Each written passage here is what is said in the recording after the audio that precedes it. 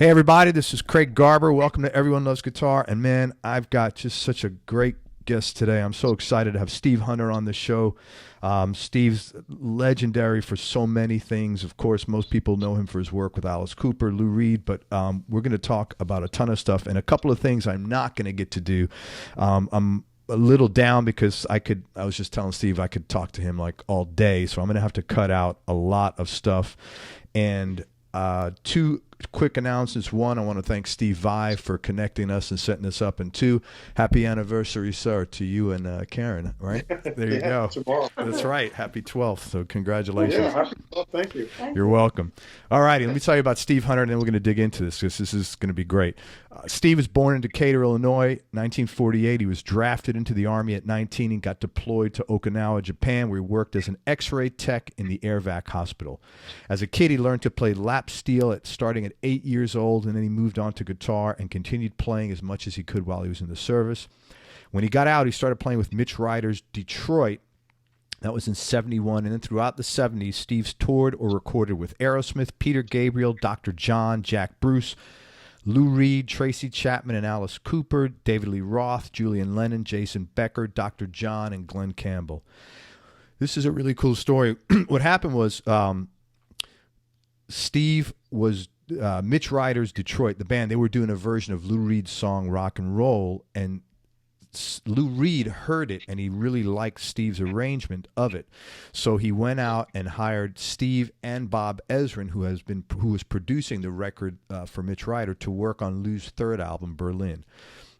Later on, Steve also taught at the Musicians Institute in Hollywood for 2 years as a private tutor, and he credits the late, great LA teacher Ted Greene, who's been mentioned on this show probably 40 times, with renewing, I mean, everybody just loved that guy, with helping him renew his interest in playing after he had a low period in the 80s. He took lessons with Ted for about 4 years. Steve's contributed to 9 Alice Cooper albums, starting in 1973 with Billion Dollar Babies, up to 2010's Welcome to My Nightmare, where he had a big role in that. He also completed a world tour with Alice in 2011. He left after that to write and record his solo album called The Manhattan Blues Project, which is a great record. I'd encourage you to listen to it. We'll talk a little bit about it today. And he's also on the 2017 Alice Cooper release called Paranormal. So go back to that album, Manhattan Blues, I just mentioned. That was Steve's 5th self-produced solo record, and it featured guest players, Joe Satriani, who was on this show. Thank you, Joe. Joe Perry, Johnny Depp, Marty Friedman, Michael Lee Firkins. I don't know why I haven't heard his name, man. He's a great player. He is a great player. Yeah. Tony Levin, Tommy Henriksen, 2 cellos, and Jason Becker, and his wife, Karen Ann Hunter, who's a lovely person and helped put this all together. So thanks, Karen. In 2015, after gathering, this is really cool, we'll talk about this, required evidence needed, excuse me, Steve's wife, Karen, managed to get some long overdue performance royalties for Steve that were established within the UK-based Society of PPL. What does that stand for? What does that say? Public Performance Licensing. I think that's it. Public performance licensing for some classic solos that Steve had never been given credit for, including, excuse me, opening solos on Aerosmith's Train Kept a Rollin' and 6 separate Billion Dollar Babies tracks from Alice Cooper.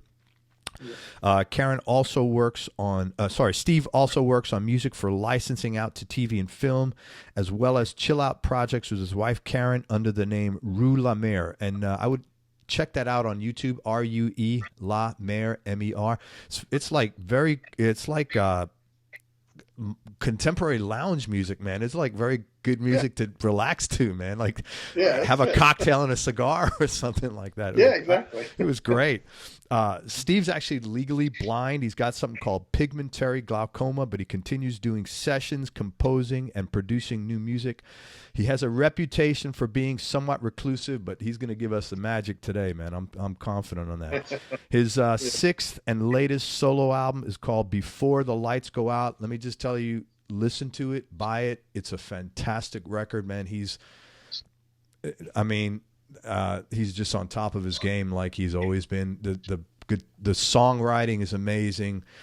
The licks, just incredible, man. I mean, you have this thing. I think it's at the end of Cinder Block, No, it's at the end of Mojo Man, I think. Mojo Man or Cineblock, and you just ripped it, man. I was like, holy shit. It's just fantastic. So if you want to hear Steve Hunter as good as you've ever heard him, check out his latest record, Before the Lights Go Out. We'll talk about that today. Steve, thank you so much for coming on the show, man. I'm really excited to talk to you.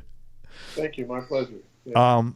19, you got drafted into the Army and you served in Okinawa. What was that like overall, and like what did you get out of that experience, if anything? Well, that's a bizarre question, because I got a lot more out of it than you might think, than I would have thought. You got to remember, I was a kind of a farm kid, in Decatur. Decatur is a farming community right in the center of Illinois, and I wasn't a farmer, but the whole community was a farming community. So there wasn't a lot to do, and it was very, very middle America. And suddenly I'm on a train south to Fort Leonard Wood, Missouri, and thrust into this whole thing called the military. I was drafted, like we said, I was drafted, so it wasn't my choice. Sure. But it never entered my mind that I should skip to Canada or try to get out of it in any way. I don't think I could have done that and looked my father in the face, because he was drafted. I mean, he joined in World War II. That'd be really tough. And when you did that, you were in for the duration of the war. You didn't go in for 2 years and then go home. Oh, I didn't know that. Yeah, if you were drafted or you enlisted during a wartime, at that particular time, since it was a world war, you were in for the duration, because we just needed people, and so it was. I couldn't have just skipped. Yeah, I couldn't find myself to do that, even though I wasn't very much into the Vietnam War. I thought couldn't understand it. Like most people my age, we just couldn't understand what's that war about? What are we fighting for, kind of thing. Yeah. So, but when I got drafted, the interesting thing was you kind of get grown up really quickly. So the bizarre thing is they take these young guys from all over the country and throw them in the military, and they're all in various stages of being grown up, and it gets them all equal. It's very bizarre. You just, if you were like a really kind of scary little kid, you're no longer a scary little kid. It's really bizarre. It just sort of takes everybody and creates this discipline, and everybody works as one.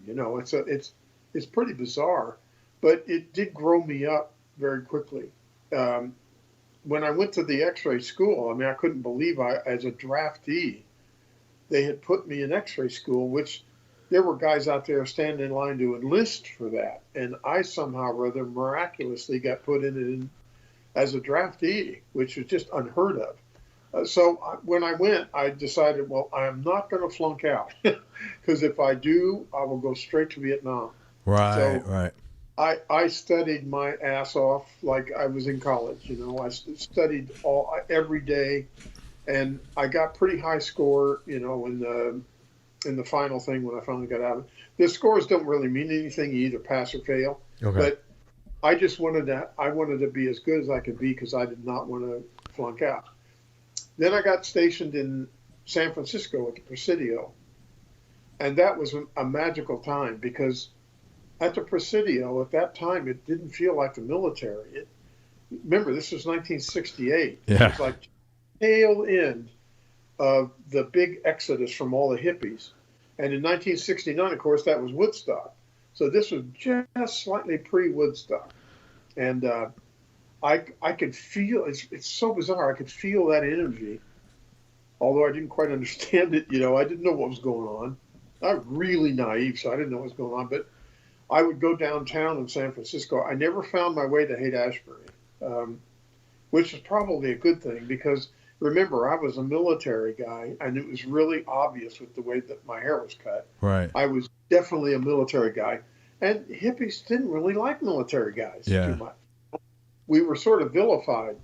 And I understood it, because I probably would have felt the same way had I been in their position. We didn't understand that damn war, And we thought we should be out of there. We didn't see any reason for us to be there. I didn't like the idea of people dying for no real apparent reason. I just couldn't understand it. Now that got amplified when I got to Okinawa, because most of my patients, most of the people that I took x-rays of, are guys missing limbs, and I would look on the request slip, the x-ray request slip, and there'd be a guy 20 years old.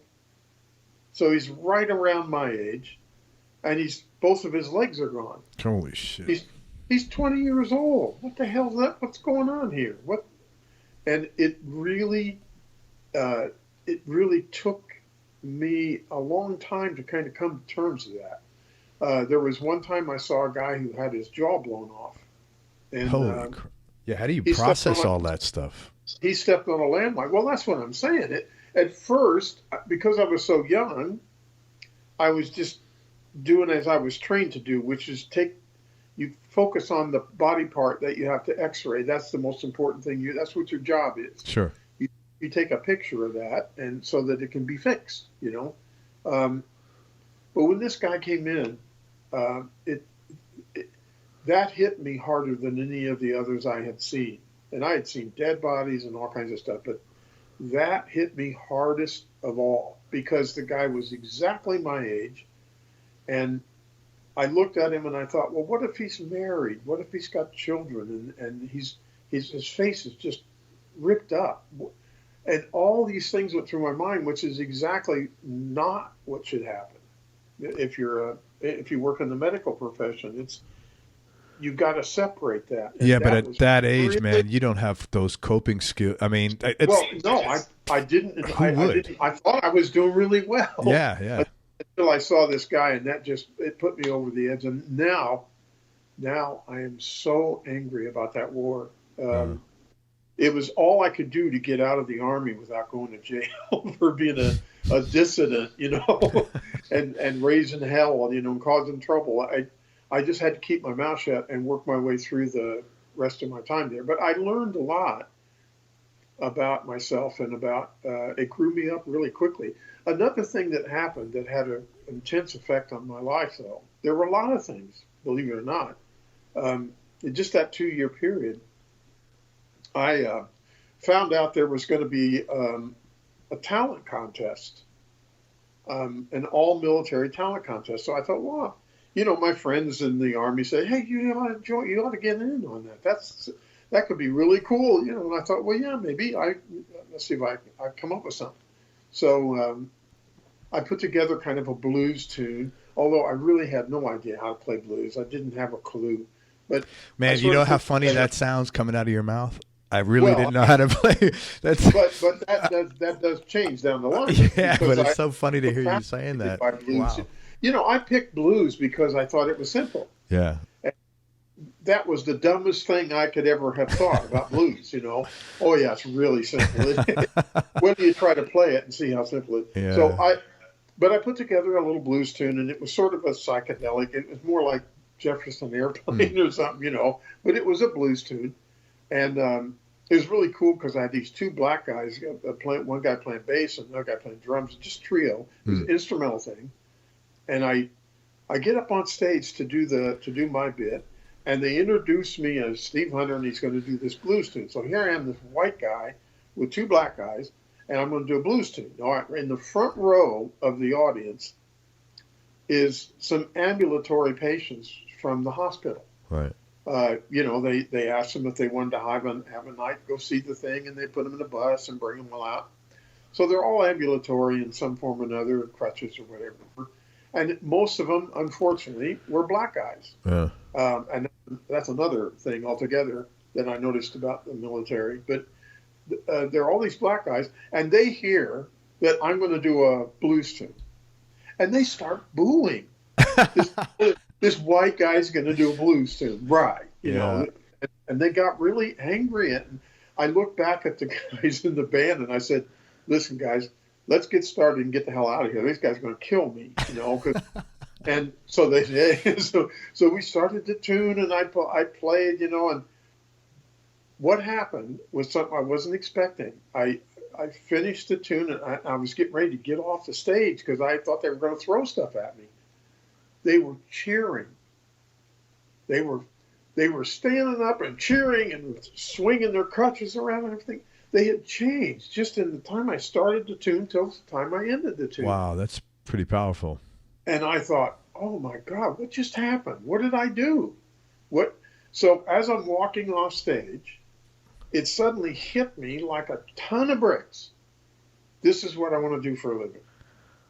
I'm going to be a guitar player. Wow. But up until that moment, I was going to be a doctor. I would have been eligible for the GE, well, not the GED, but there's the Army gives you a grants to go to college. Yeah, like the GI Bill, right? Like the GI Bill, Yeah. exactly. Yeah. So I was going to go to med school. I had already planned that that's what I'm going to do. The moment I started walking off that stage, after I saw what happened, this is it. This is what I'm going to do. That was the most powerful thing that happened to me the whole time. Well, one of the most powerful things ever happened to me in my life. As soon as I walked out, I ended up winning too, which is another thing I wasn't expecting, because there were some pretty good players, you know, on the contest, great singers and stuff. I was really impressed. But I ended up winning, and then I actually did a small little USO tour of Korea and Japan and a few other places.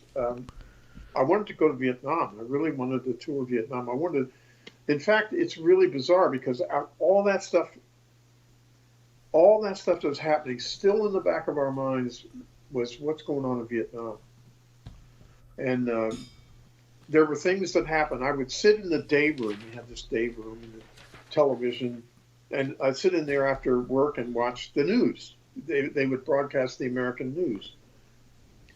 And I would watch the news, and they always gave a body count for how many of our guys were killed during that week. And it was always some absurdly low number. Like 22 guys were killed this week in Vietnam, and 40 were wounded, or 50 or something were wounded. We had 50 wounded in our hospital alone. There were 5 other hospitals that got wounded before we did. So you knew they were full of shit. Full of shit. Yeah. And I'm sitting there and I'm thinking, my God, what's going on here? Why are they lying about that? Why are they not being more honest about what's going on over here? So then, if you'll remember, you can actually look back and see it's really wonderful. Walter Cronkite went to Vietnam. And I don't know how long he spent there, but he said at the end of his time there, we have no right to be here. And from what I understand, Lyndon Baines Johnson saw that. And he said, if we've lost Walter Cronkite, we've lost the country. Yeah. Because Cronkite said, that's it. You know, we don't belong here. And all these things had a profound effect on me. For my 2 years in the military, I think I grew up more there than just any other time in my life. There were so many things that happened that it's a horrible thing to realize that the country's lying to you. Yeah. When you're right there. I mean, I was aware of some corruption in the military. It was horrible. When I got out, I had gone in as this innocent, kind of farm guy, just playing in bar bands and having a good time and stuff. And I came out, and I felt like I lost all my childhood innocent stuff. It's all gone now. Now I know too much. You're probably angry out. Is that fair to say that? Yeah, I was angry, and I was really hurt. Yeah. It was like, my God, my dad got out of and when he got out of the Army, of course, when everybody got out of the Army during World War II, it was, let's go have babies and work, and that's it. We're just going to have a lovely time. It's going to be bunker crop and euphoria and utopia. You get out of Vietnam, some of the poor guys that got out of Vietnam, the horrible things that happened to those guys. When I finally processed out of the Army, you have to go through San Francisco. There's a big, it's hard to decide what to call it. It's like a processing center that, you go in and you process out, and then once you sign this paper, you're no longer in the military. And it's really wonderful because they say, "Are you going to have to leave because you're a civilian now?" And you, well, yeah, And, I was in the airport. I had a red eye to fly to Chicago on my way back to Decatur, and when I hit the airport, a couple of these really cute hippie girls came up to me and this guy I was with, and they looked at us both and spit on us. Holy crap! And I thought, what the hell was that? And then I kind of thought, holy shit! And then I thought, okay, there were things going on. There was My Lai, that where there was a massacre in a small village in Vietnam by supposedly our guys that massacred these. There was all these ugly things. And everybody were calling us baby killers and stuff. It's horrible. It's like I wanted to show these girls. Wait a minute, I have a medical caduceus on here. I'm not a killer. I'm a medic. What are you spitting on me for? And you're just as confused and conflicted as they are, is the other side of the equation. Yeah. Absolutely. So it's funny because I really couldn't get angry with them because I kind of understood, Yeah. It's just that it's a weird thing when you finally come home and oh, great, this thing is all out of my system now. I can just relax and be at home. And, these cute little girls, these cute girls come up and spit on you. It was like, well, okay, I guess that's, and then after a while, I started thinking about, oh my God, what about the Vietnam veterans?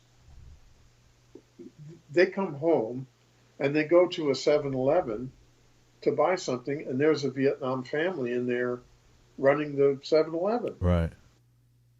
And they just got out of a jungle with killing them. Yeah. Oh my God! There's no wonder there was PTSD. Sure. There's no wonder. I had my own little version of it.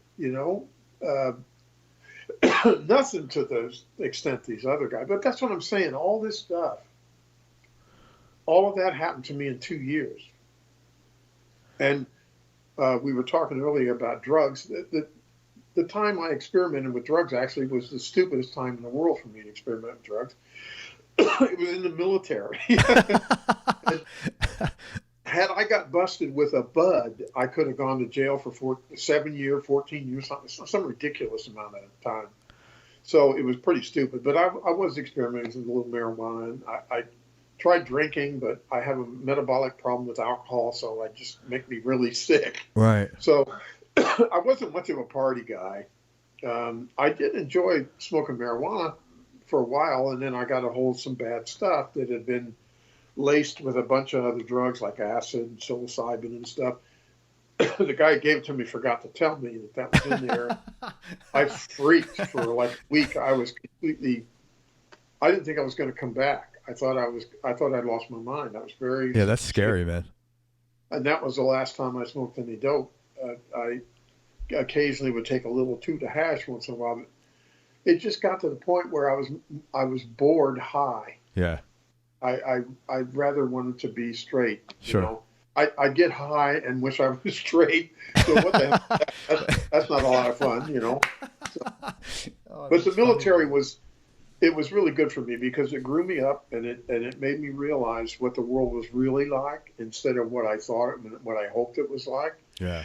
And even though that may not be a good thing and it may be ugly, it's still something you have to know and you have to learn to deal with it. Yeah, for sure. Man, thank you for sharing all that. I have some questions. You were in Okinawa. How were you getting patients? Like, was there fighting in Japan or something like that? No, the patients were coming from Vietnam. How far away was Okinawa? Well, it's quite a ways. It's excuse me. You probably have to look it up. I know it's over 1,000 miles, but what they would do is, or at least the way it was described to me. Now I don't know exactly, but they would sort of skip rock them into our place. So, like for instance, there were hospitals in Saigon. Yeah. And places like that. And there were also some in Okinawa, Tokyo, and even as far away as Guam, Hawaii. They're all over the place. But they would tend to put the patients the closest to Vietnam, those hospitals will get them first. And then if they weren't quite so bad, they would leapfrog them to another hospital a little later, a little farther down the line. Okay. And Tokyo was one of them. So it just sort of spread out. I think they even had one in the Philippines. Okay. They were kind of all over the place. The guy that I told you about got his jaw blown off he was helicoptered into we had a helipad outside our hospital, and he was helicoptered in. I looked out the window and I saw this fully armed Huey landing, and I'd never seen one before. And I thought, my God, what the hell is that? It's got 50 caliber machine guns on both sides.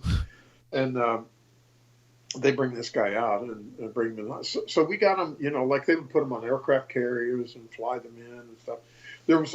And then also what they would do is they would put some of the really badly, guys that lost limbs and stuff would probably go to Saigon first. And then they would get them stabilized to a certain point, and then start ferrying them out to other hospitals for long-term care. So we would sometimes get them for long-term care, or we'd get intermediate care, and then they would go to Hawaii, or sometimes go all the way back to Walter Reed in D.C. Okay. So it's just like a triage system. Yeah. You can look at it that way. It was a little more. It was a permanent hospital. It was a big concrete building. So it wasn't like a MASH unit, but and we also had dependents living there. So the weird thing is, a typical day for me, I might X-ray a little girl's wrist who broke her wrist skating, and then the next patient would be a guy with his leg blown off. Wow. And then the third patient will be a pregnant woman. It was like a really bizarre hodgepodge of patients. But having said that, I don't regret it, because like I said, I think I learned an enormous amount about just plain old life. Yeah. In the 2 years I was in there, and how I'm supposed to deal with some of the stuff that comes to life. Some of these people, I remember one patient that he was so well taken care of. I mean, I'm telling you, the hospital staff did everything they could for every patient. It was the most amazing thing. I saw a surgeon there that was like an angel. He's just one of these big old football player looking guy, but he had hands of the most delicate hands. And we had a woman come in one time that got run over by a car. She was playing out in the front yard with a couple of her kids, and a car up the hill, the brakes failed, and it started rolling down. She didn't hear it. She looked up and saw it and threw her kids out of the way, and then it ran over her. Holy. Wow. And she almost died on my table. I had to X-ray it. But this surgeon took her into surgery and got both of her lungs had been punctured, so they were deflated, and he reinflated those. I mean, he saved her life. After working all day, he stayed in surgery for another 8 hours and saved her life. So I saw some magical things, really, really magical things. Doctors coming up with ways to. What do you do when you get a patient comes in that's got a shrapnel in his eyeball? I mean, you don't see that in med school. Yeah. You know what I mean? Yeah, sure. But these guys had to come up with all these ways of saving people.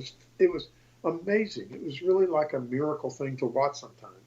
Wow. So you had all like a full spectrum of humanity, from the good, the bad, and the ugly, and everything in between. Absolutely. Yeah. Yep. Absolutely. Absolutely. What guitar did you play what guitar are you playing? You won that contest. That's a funny thing. I found a little music shop in Okinawa. There were two main cities. One of them was Naha, and the other one was Koza. And we used to go to Koza a lot because they had a lot of clubs, when you go hang out and watch bands and their girls and all kinds of stuff. But it was a regular little village kind of town, and I found a music shop there. And I found a guitar that's kind of looked like a 335, like a Gibson 335. Yeah. And I think it was like $100 or something. And that's what you. And I saved up all my money, and I got that guitar. It was a great guitar. I actually played it. I brought it home. It kind of sort of started falling apart, but That's what I used. Very cool. We have a picture of it somewhere, but I don't know where it is now. Long gone, probably. You made a comment when you were talking about your training that you said I wanted to be as good as I can be. In my experience, things like that, how you do one thing is how you do everything. So that probably wasn't just like your approach to studying for the X-ray stuff. That's like who you are, Yeah, I think that's probably. I mean, I'm trying to be humble about it, but I think that's probably fair. Yeah. I think I learned that from my father. My father was kind of like that. He was if he was hired to do a job, it was, well, if I have to drive a bulldozer for a weekend, I'm going to be the best damn bulldozer driver. And Right. that rubbed off on me. I saw that, and I saw that people responded to that. That's what I was going to ask you, where you got that from. Yeah, I think that's where I got it. I think I got it from him. My mother was the same way. That, if she was doing any sewing or knitting or anything, it was always the best. Yeah. Try the best you could. Yeah. If you're going to do something, do it. Don't do it half-assed. Oh, I agree, man. Yeah. So that's what I mean. My grandparents were like that. It was. I don't know if it's part of the Midwest mentality, or I don't know what it is exactly, but there is that sort of feeling in the Midwest where I think work ethic is a very important thing in the Midwest. I think things matter. Yeah, I agree. You have to do it right and all that stuff. Yeah. And the other thing, I forgot what we were talking about before, but you said something. You also seem really good about seeing both sides, like being empathetic, being able to look at something from someone else's point of view, whether it's the patients coming in or the black soldiers or the gal that spit on you. Where did that come from? That's a very... I'm not sure I do. We'd have to ask Karen. I probably don't really have that. So these are one-offs. He would probably think, well, I don't think that's true. No, well, I don't really know, to be honest with you. I don't really know. I think that particular thing, I think, started developing in the military because I don't think I ever considered myself a bigot, although I was surrounded by a lot of bigotry. And I mean, Decatur was in Illinois, and the Midwest was bigoted, like most of the country, right? In the '60s, when we were having trouble, we were all trying to get away from that, but it was a difficult thing because it had been in this for so long. Yeah, I mean, I can say this about my grandfather because I dearly loved him, but he was a bigot. And he's living in the middle of a black neighborhood as a white guy, and he's a bigot. But I mean, Granddad, you maybe got to think about it. But I'll tell you something that's really cool about my grandfather. That I had to really admire. He loved boxing. He was a real boxing fanatic, and his favorite boxer was Joe Louis. That's and odd. I don't care who you were. If you said one word against Joe Louis, he was ready to fight. Whether you were black, white, didn't make any difference. Joe Louis was his hero, and he's a black guy. Isn't it funny how all that works? Big heavyweight black man. My grandfather loved him, just loved him. So when I looked at that, I couldn't understand. What was going. But then a little later on, you sort of do kind of understand where it's coming from. Yeah. It's not good, and it needs to be dealt with, and it needs to be done with. But I love my grandfather to death. He and I were inseparable. We were like best pals. He taught me how to fight, and he taught me all sorts of stuff. And I loved him to death. And I didn't see that as a wrong thing. Yeah. I just thought, okay, that's Grandpa. That's who he is. Yeah. Yeah. Hey, let me turn the light on overhead here. It's getting dark outside. Sorry. I may have to pee. Oh, Should be a little better. It's not You know, let me know, Craig, if I'm rambling off too much on one thing. I mean, you want to move on to something else. Just No, shut me up. you're good, man. No, this is like very organic. I'm, who am I to say you're rambling? It's only rambling when it's not interesting, Seriously. No, it's only rambling when it's boring, but it's not. You're Yeah, far from we're not boring, done man. yet, so. So you're all good. I'll keep it in mind in case. But I'm not worried about that at all. Okay, so you come back to Decatur, and a friend of yours who was playing with Mitch Ryder calls you up and says, "Hey, come out to Detroit. Mitch needs a guitar for his new band, Detroit." And you get the audition, and that led to a long-standing relationship with you and Bob Ezrin, as I understand it. That's right. Yeah, I mean, the wonderful thing about that audition was that I had never plugged my guitar into a Marshall amp. Oh, wow. I only saw them when I saw pictures of Jimi Hendrix or Eric Clapton in Cream or something. Mm-hmm. I hadn't even seen a real one. And so here I am. I've driven all the way up to Detroit from Decatur. It's like an 8-hour drive or something, 6 hours or something. And I get there, and I walk up the stairs into the rehearsal place, and there in front of me is a 100-watt Marshall half stack. Wow. I was in absolute heaven. So I had an SG, Thank you. and I plugged it in, and I turned it on, and I turned it up, and it was heaven. And it was like I didn't even care whether I got the gig. You felt like you had superpowers plugging into that thing. And the whole band wasn't there. It was just me and John Sauter, who was that bass player I was telling you about, who called me up to come up. He's a friend of mine. And then Johnny Bedanjic, who was the drummer. And then Mitch Ryder was there. So we just jammed on Cream tunes because I didn't know any of his tunes. So we jammed on Cream tunes, and he sang. Mitch is a terrific singer.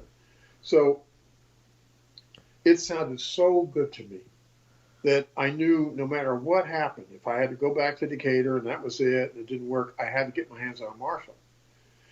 As it turned out, they liked me and I liked them, and we got along great. It sounded fabulous. And Bob Ezrin, I met him the next day, and we did the same kind of thing. And he loved it. He thought, yes, it's all good. And then that started our relationship. What are some of the more important things you learned from him? Because he produced The Wall, man. I mean, The Wall, Yeah, I know. What are some things you picked up from him? I tell you what, I learned a lot of stuff from him. For one thing, again, this naivete. I think most of my life I was naive, I walked into the studio the first time. I'd only been in a recording studio once before that, and that was with a band. It was called the Light Brigade that I was playing with in Decatur. It was a pretty good band. And we went in the studio and recorded like 4 or 5 songs. It was the first time I saw a studio, and I was absolutely enamored with it. But I knew I didn't know anything about it. As I told Karen and other people, I love the smell of tape. Tape the smell. I like to be able to spray that in the room. So that's great, man. When I went to the studio with Bob, now this is a whole new ballgame. I didn't even know what a producer was. What's he do? What's he tell us what to play or what? What? And later, of course, I learned, but we went in the studio the first time, and I went out there to play a solo. I went out in the studio, and this is before guitar players would play in the control room. It would be in the studio with headphones, And I thought I played a great solo, and Bob would say, "Now, do you want to try that with the gloves off?" Oh. And I thought, well, what's that mean? I was like really hurt and everything. He says, "Come in here. I'll show you what I'm talking about." So I come in the control room, and he played back the solo, and it was terrible. I was out there thinking I was really whipping it up, and I heard the solo. It was terrible. And I realized, well, wait a minute, this guy's right. Nobody's told me when something sucks. And this guy's got courage to tell me when something sucks. Now, if he tells me it's good, I'm going to know it's good. Yeah. When I went out there and played a couple more solos, and then he called me and he said, "Now I want you to listen to this. That's a great solo." That's really cool. That's the best thing. One of the many great things I learned from Bob is that now I know. First of all, I know I can trust him. Yeah. So when he tells me it's a good solo, I know it's going to be a good solo. I also know if he tells me it sucks, it sucks. That he's not just playing a power trip or doing whatever. He's telling me the exact truth, and in so doing, he would get the best out of you. Yeah. I mean, he had a real knack for getting the best out of you. Thing is, I came to really love that. I knew that when I went out in the studio to record a solo or record a guitar part, he was going to help me make that the best I could do. Yeah, that's great. Yeah, it made me feel like a pro, Yeah. like, oh, this is the way it's supposed to be, you know. Not to mention, I learned a lot of technical stuff from the studio because I would, when I had a day off, like when I didn't have to record anything, I would still go to the studio because I wanted to learn I was fascinated by recording. And I was fascinated by the console and this outboard gear and what's that. And so I would go in there, and I think he probably hated it sometimes. I would say, "Well, Bob, why do you plug into that thing for? What's that thing do?" And then he'd be like a Fairchild or something, or a limiter, and a Pultec EQ. And well, what's that doing? And, well, all right. And he'd tell me, and then and I knew where my limits were. I could ask maybe 3 questions, and then he'd be done. So I'd leave him alone, you know. But man, I learned so much. But you know what? And I have a question later. I could tell because you do stuff. You insert sounds and noises onto there. And I'm saying sounds and noises. They're music. They're layers. So, that the normal guitar player that makes a solo record, even a great record, just doesn't have. So as I was listening to, I listened to Manhattan Blues and Before the Lights Go Out, both of them a couple of times each because I really liked them. And I said to myself, man, this guy must have spent tons of time in the studio because you could tell, but you're doing stuff there and it's not like a whistle's blowing, just like a sound effect. You turn different noises or you modify them into music, which I thought was really cool. Well, I got a lot of that, I'll have to say, from the Beatles. Because when I first heard, like Yellow Submarine's a good example, just off the top of my head. All those little effects and stuff that are going in and around when he's singing the track, sure. And you hear the ship, you know, and all. See, I loved that because it made it like a soundscape. Yes, that's the word. I just loved it, and Bob was a big fan of George Martin's. It's hard not to be when you're in the music business. Sure, yeah. Because I think the guy was just an utter genius, and I think Bob had exactly the same respect for him that I did, and Bob liked to do that too. He liked to. There's something about bringing natural sound and music and just making it blend. It's sort of like at some point you realize that all sound is music in some form or another. It's just sometimes it's a little more chaotic than others, but so is music. You know, there's some music that can be that way. So you start hearing sound in a different way. Like, all right, a great example. You're driving down the road and you got the windshield wipers on. How many times have you felt the rhythm of the windshield wipers? Yes, 100%, man. Yeah, it gets in it. It's like a groove. Yeah. It's like the coolest damn thing. Yeah. Sip, so it's wonderful. Yeah. And this whole rhythm starts happening. Well, that's what I like about doing that sort of thing. I also like, I think maybe it's because I've lost a lot of my eyesight. When you put the headphones on, I like to hear stuff in the headphones you don't hear in the speakers as well. Right. So you put them on and you hear these little tiny little critters, you know, kind of bouncing around here and there. I just love that stuff. And I've gotten some emails from people who said, "Oh, wow, man, I put the headphones on. It was a whole nother trip. Yeah. I listened to your album. It's a different album when you put the headphones." See, I love that. That's cool. Yeah. Now, you'll have to excuse me, but I have to go to the bathroom. Go ahead, man. Do your thing. And you can leave that in there if you want. No. I'll cut that out because I'm going to cut. Right when I got to go, I'll cut mine out. So I can't keep yours in and cut mine out.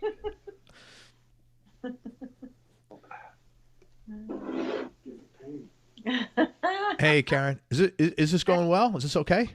Yeah, it's great. It's cool. Like I said, you know, you need about 3 shows. Oh no, I know. I could talk to him all day. He's you know. First of all, yeah. You know, I've been such a fan of his playing. Yeah. And you know, when I interview a lot of people. I don't always know they're playing. It's just not possible. I can't know everybody that but I know Steve's playing real well, and I've been a fan of it, and it's moved me emotionally significantly in many of the things that he's done. So when I get to actually meet, and I it's not like a fanboy. I don't get like I'm not like a guy that gets starstruck. Yeah. But he's already given me something. Right. Right. And so now I'm sitting here and finding out, like, what's behind that. So it's so, it's very interesting and emotionally compelling for me in a situation like this, Yeah, well, I'm his second biggest fan. If you're his first. No, I'm sure you're his first, believe me. I absolutely love his playing, and the more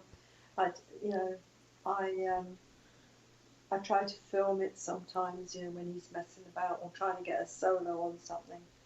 I just absolutely love watching him put stuff together. And it's always like, I'm not saying that it's sort of like, it's like a magical thing. The process of him creating a solo, and he does it, he'll get an idea in his head, and then he'll go back, do another take, and then that first idea is there, and then he adds on another idea, and it gradually builds it up, and it's like, oh yeah, it's like goosebumps. He's made me cry on many occasions. That's great. That's a good thing. That was pretty quick. Yeah. Well, when you get my age, you learn how to do it really quickly. I was going to say that was pretty quick, especially for a guy your age. Right, exactly. Oh, that's okay. The plumbing gets a little rusty, I'm on my way. Don't worry. Yeah. So let me ask you this: do you think when Ezrin's in the studio with Gilmour, and he's doing Comfortably Numb, that he says, "Hey man, are you going to play that with the gloves off next time?" It wouldn't surprise me. Really? At all, because that's Bob's sense of humor too. Yeah. When he would say that to me sometimes, and it would make me laugh. The only time it bothered me was the first time I heard it, and I thought, well, what the hell is that? Yeah. So the guy's going to just tell me how I'm just crap. Yeah. But then when I realized what he was up to, then when he did it again, sometimes I would say, well, no, I'd like to try another one with the gloves on. So it got to be a big joke. Yeah. With it. That's really cool. I thought it was a cool way to let me know that. But he also had, like I said, he also had a way of, he would make you come in and listen to what you're doing, not just depend on him. So he would bring you in and he would say, okay, now you hear the first half of that solo? That's genius. Second half, not. First half, that's genius. Now you got to match that. So let's go out there and concentrate on the second half of the solo. If that helps you so much. Oh, God, it's like things would come out of me. Yeah. It's wonderful. It's wonderful. Some of the best solos I've ever played in my life have been with Bob. Yeah. There's no question about it. Because we got to learn how to work really well together. We could be listening to a track, and I could tap him on the shoulder and say, Bob, I hear something for that. Oh, let's go get it. And he wouldn't let it go by because he's afraid I'd lose it. So he would send me out in the studio and I'd grab it. And it was like this wonderful thing. And the energy that would sometimes happen in the studio was just the most phenomenal thing. He would do things like, this is one of my favorite things. He would bring in a really pretty girl in the control room. So I'm out in the studio and he doesn't say anything. And I look in the control room because I'm waiting on him to let me know if he's going to, when he hits the red button. And in walks this incredible girl, just the most gorgeous girl he can find, And he doesn't say anything, doesn't introduce me to her or anything. And then he'll say, okay, you ready to cut one? Cut a solo. Oh. And it would be like you got to show off now. You got to. No, it's not showing off. It's like, I'm going to try to seduce this girl with the notes I find. And that was deliberate on his part. Absolutely. Some of the best solos I ever came up with were under those circumstances. Wow, what a sharp guy. He understands It was very subtle. It wasn't overt at all. It was very subtle. I mean, and then maybe she'd just walk out halfway through it, but it got me into the groove. And I tell you where Wow. that comes from.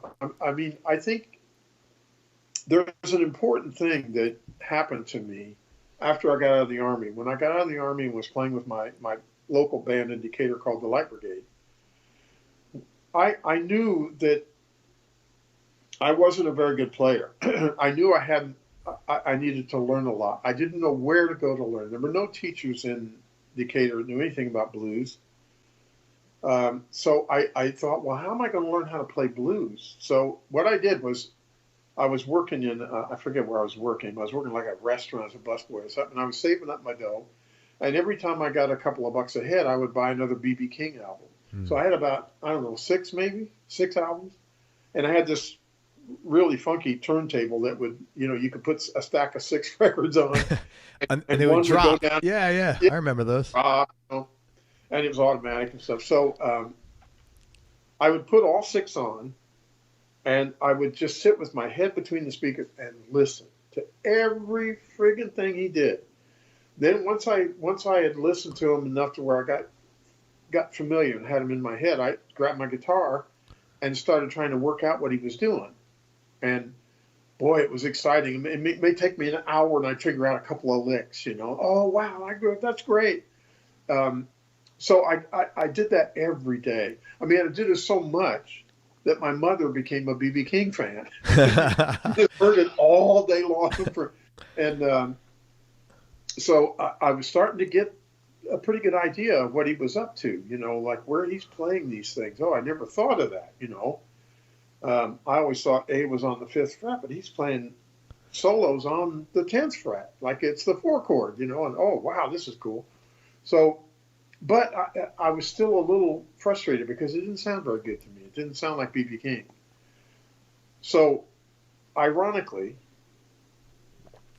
two of the guys in the band, the keyboard player and the singer, said, "Hey, Steve, we found out that B.B. King is playing in this club in Chicago called Mr. Kelly's," which was, at the time, was a really fabulous dinner club. And they had everybody from Frank Sinatra, Ella Fitzgerald, B.B. King, Buddy Guy, Albert King, everybody played there. It was like the place to play in Chicago. And so we said, well, we should go see him. So we drove all the way up to Chicago. It's like a 5-hour drive. And we couldn't afford dinner, so we had to sit at the bar and have like really expensive Cokes. You had to have a minimum of 2 drinks, so we were drinking these horribly expensive Cokes. And B.B. King comes on, and he absolutely blew me away. I'd never heard anything like that. So such incredibly flawless playing. So I was just in shock. At the end of the show, I was in shock. And I'm looking, and he's just standing down in front of the stage. He's not saying anything. He's not doing anything. There are people come up saying, "Hey, Mr. King," shaking his hand. So I thought, well, I gotta go talk to this guy. So I went up like an idiot, said, I'm a white, long-haired kid, looks like a farmer probably, And I said, "Oh, BB, man, that was a great show. It was just awesome." And then I started blurting out, "I'm listening to all your records and I'm trying to play along, but I don't sound like you. I think I have all the notes right and everything, and I think I'm playing them right, but I don't sound like you." I said, "Do you think it's because I'm white?" And that's what he did. God. He laughed. He said, "No, it has nothing to do with you being white." He thought that was really funny. I said, funny. "Well, I just, it's not coming out right. What's the matter?" And he said, "Look, man, listen to me." He said, I said, "I know." And after that, I asked him, what's soul? What is blues? All these big, heavy philosophical questions about what I'm trying to do. And he said, "Look, man, have you ever been hurt by a girl?" And I said, "Well, yeah, sure." And he said, "Well, do you remember what that feels like?" And I said, "Yeah." He said, "Well, you put that in your fingers." Wow. I never heard anybody say that music was feeling. I never heard anybody tell me that. Okay. So I thought, oh, okay. And he said, "Listen, man, don't try to copy me. Use the records to learn, but then you got to make it your own." So now I'm hearing from the king of the blues, don't try to copy me, make it your own. Take the stuff you learned from me and make it your own. I'd never heard anything like that. All the way home, back to Decatur, we drove home that night. We didn't get in until about 4 or 5 in the morning. I was just buzzing with what I just heard from the king of the blues. I mean, this was the king, and he's telling me, man, you can do it. You just make it your own. Don't. That was so cool. When I sit down with the records and I learn a little riff, I stop the record for a second, and I start playing around with that riff. Oh, I can play it like this, or I could do this. And all of a sudden, I started learning volumes from his records, not just a little lick here and there. I learned volumes. Why did he do that little thing? Well, it's a feeling thing. Oh, yeah, that's right. He said it was a feeling. All that stuff just opened me up to what blues was really all about. And that's when I really realized blues ain't no simple music. And it was profound. Now, if you jump ahead a few years, I go into the studio in New York City. Bob has called me and flown me into New York City, and I'm there to do some overdubs on $1 Billion Babies.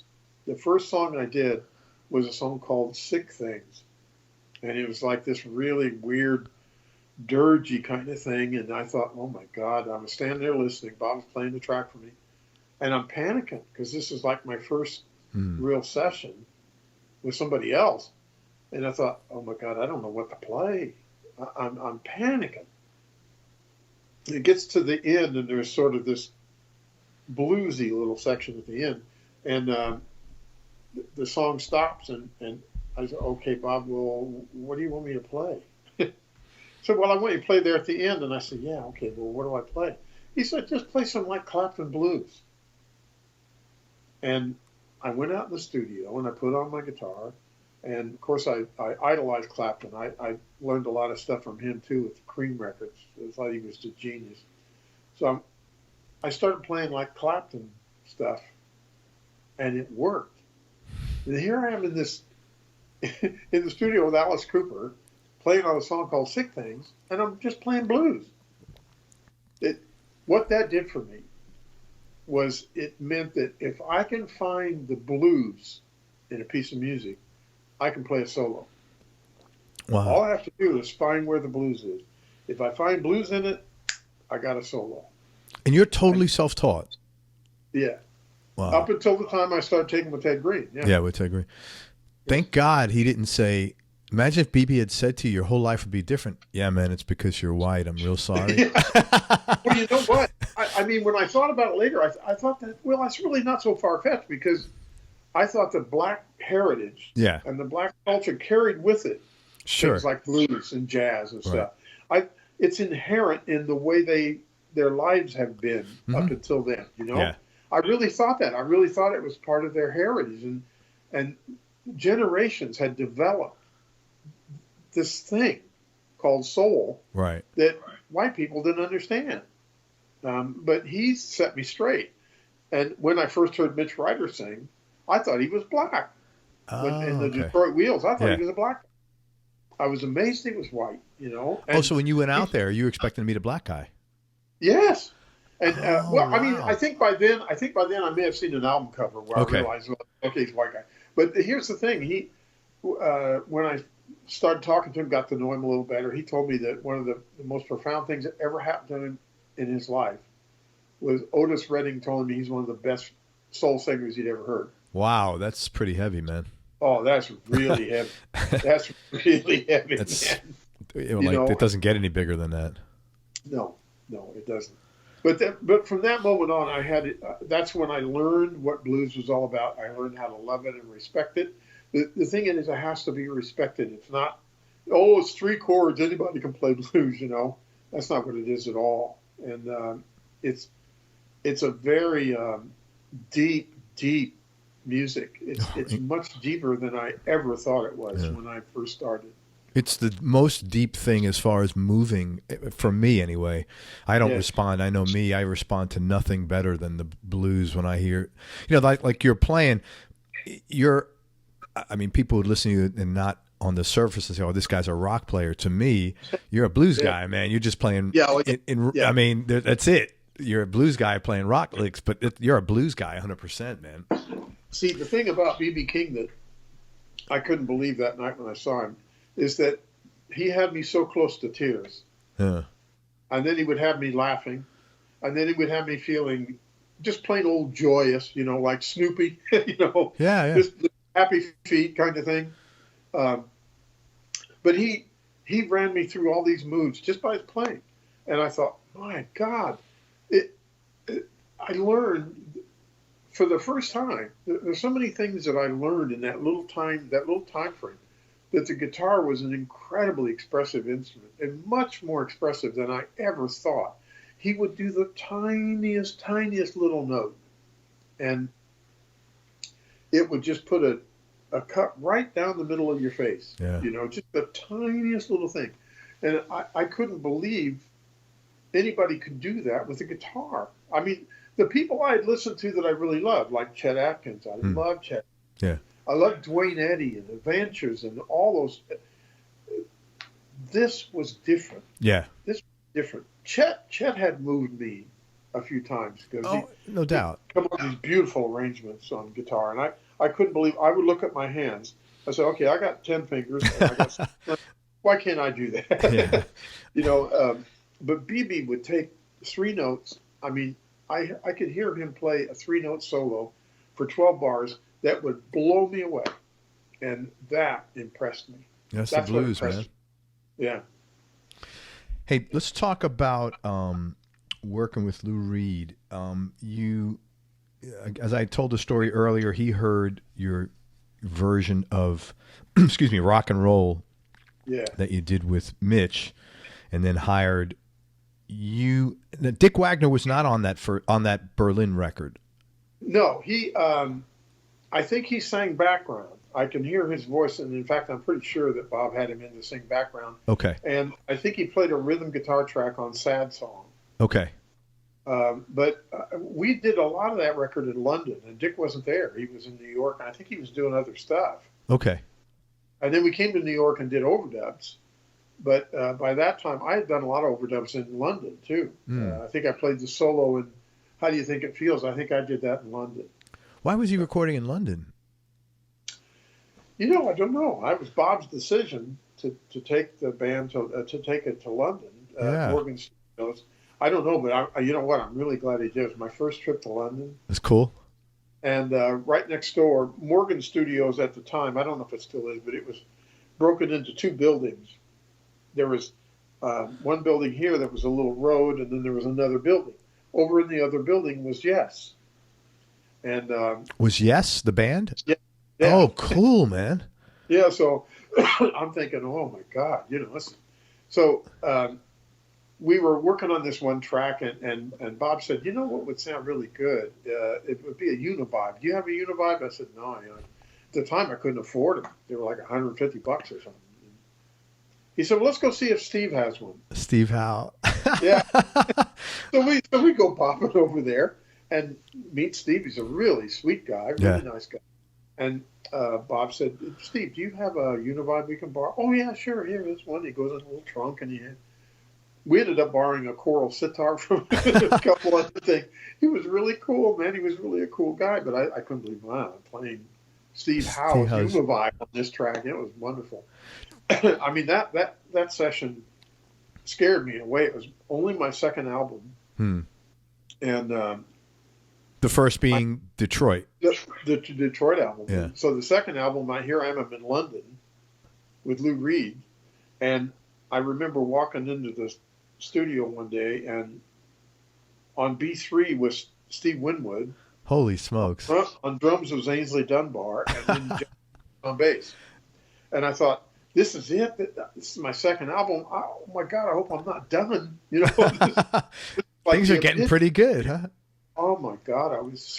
It's funny because it didn't scare me so much as it lit a fire under my ass. Because that's great. I thought I got to keep up with these guys, because if I don't, they're just going to roll over me.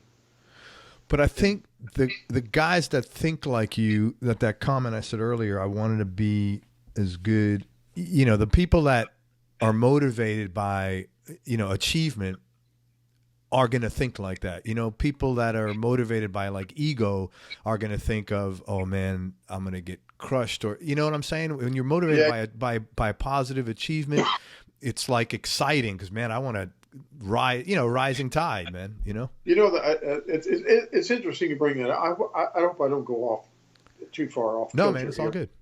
One of the early things I found out about blues players and blues guitar players and most blues performers is, generally speaking, they may have a big ego off stage, but when they get on stage, it's not ego. It's not about ego. It's about communicating feeling, and whatever it takes to do that. That's why it's really hard for me these days to jam with anybody. Back in the old days, in the 60s, when we used to get together to jam, the idea was to jam and make music, not to show off. Right. It wasn't try to beat the other guitar player or cut the other.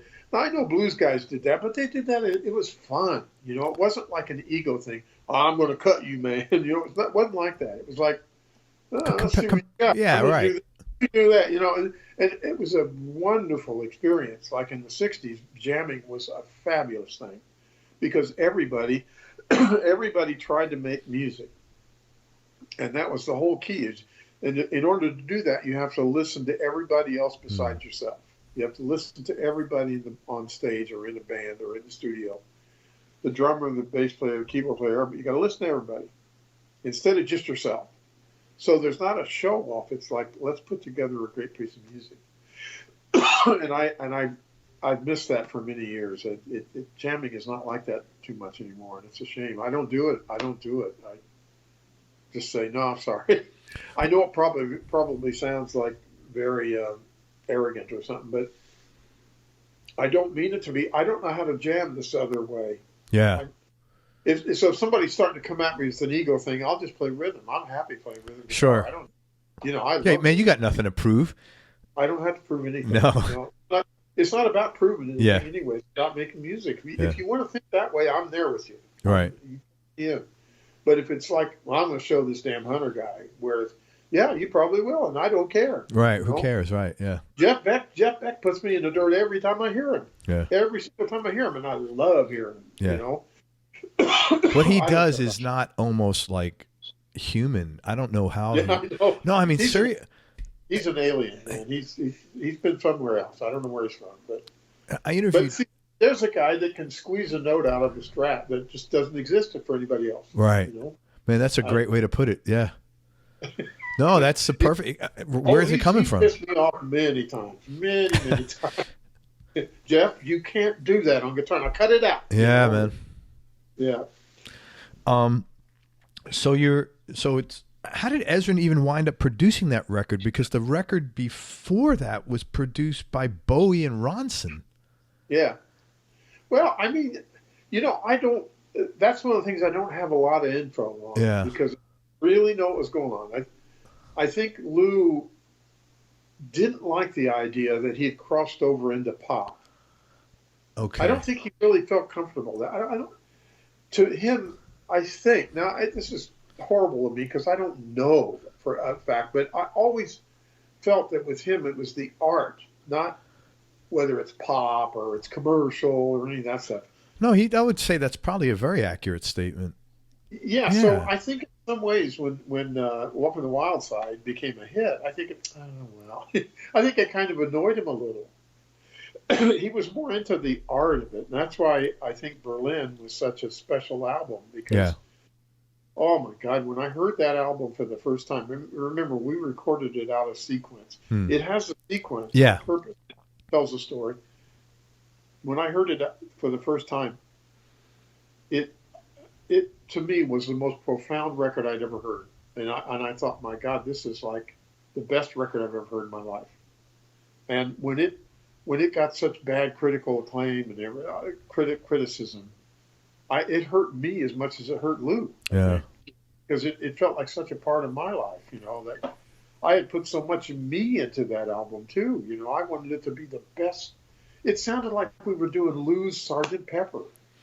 Well, it was out of the ordinary for them. You didn't have kind of concept story albums, and especially the subject matter about drugs was really, I mean, I hate to, almost like radical for that. Oh, it wasn't, and nobody wanted.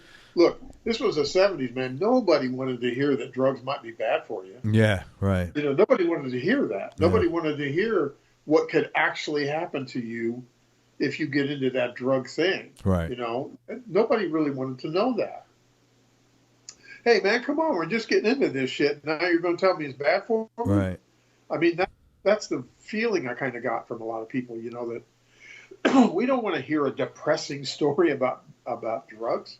Right. Well, don't you want to hear a real piece of art? Don't you want to hear that? I mean, some of the best stories and the best plays and the best movies are tragedies. Don't you want to hear something like that once in a while about real people and what can really happen? It really hurt me. And for a while, I was kind of down on the music industry. I just thought, oh my God, they don't get this. I thought the music business was art. Boy, did I learn a lesson on that one, huh? Yeah. I was totally wrong.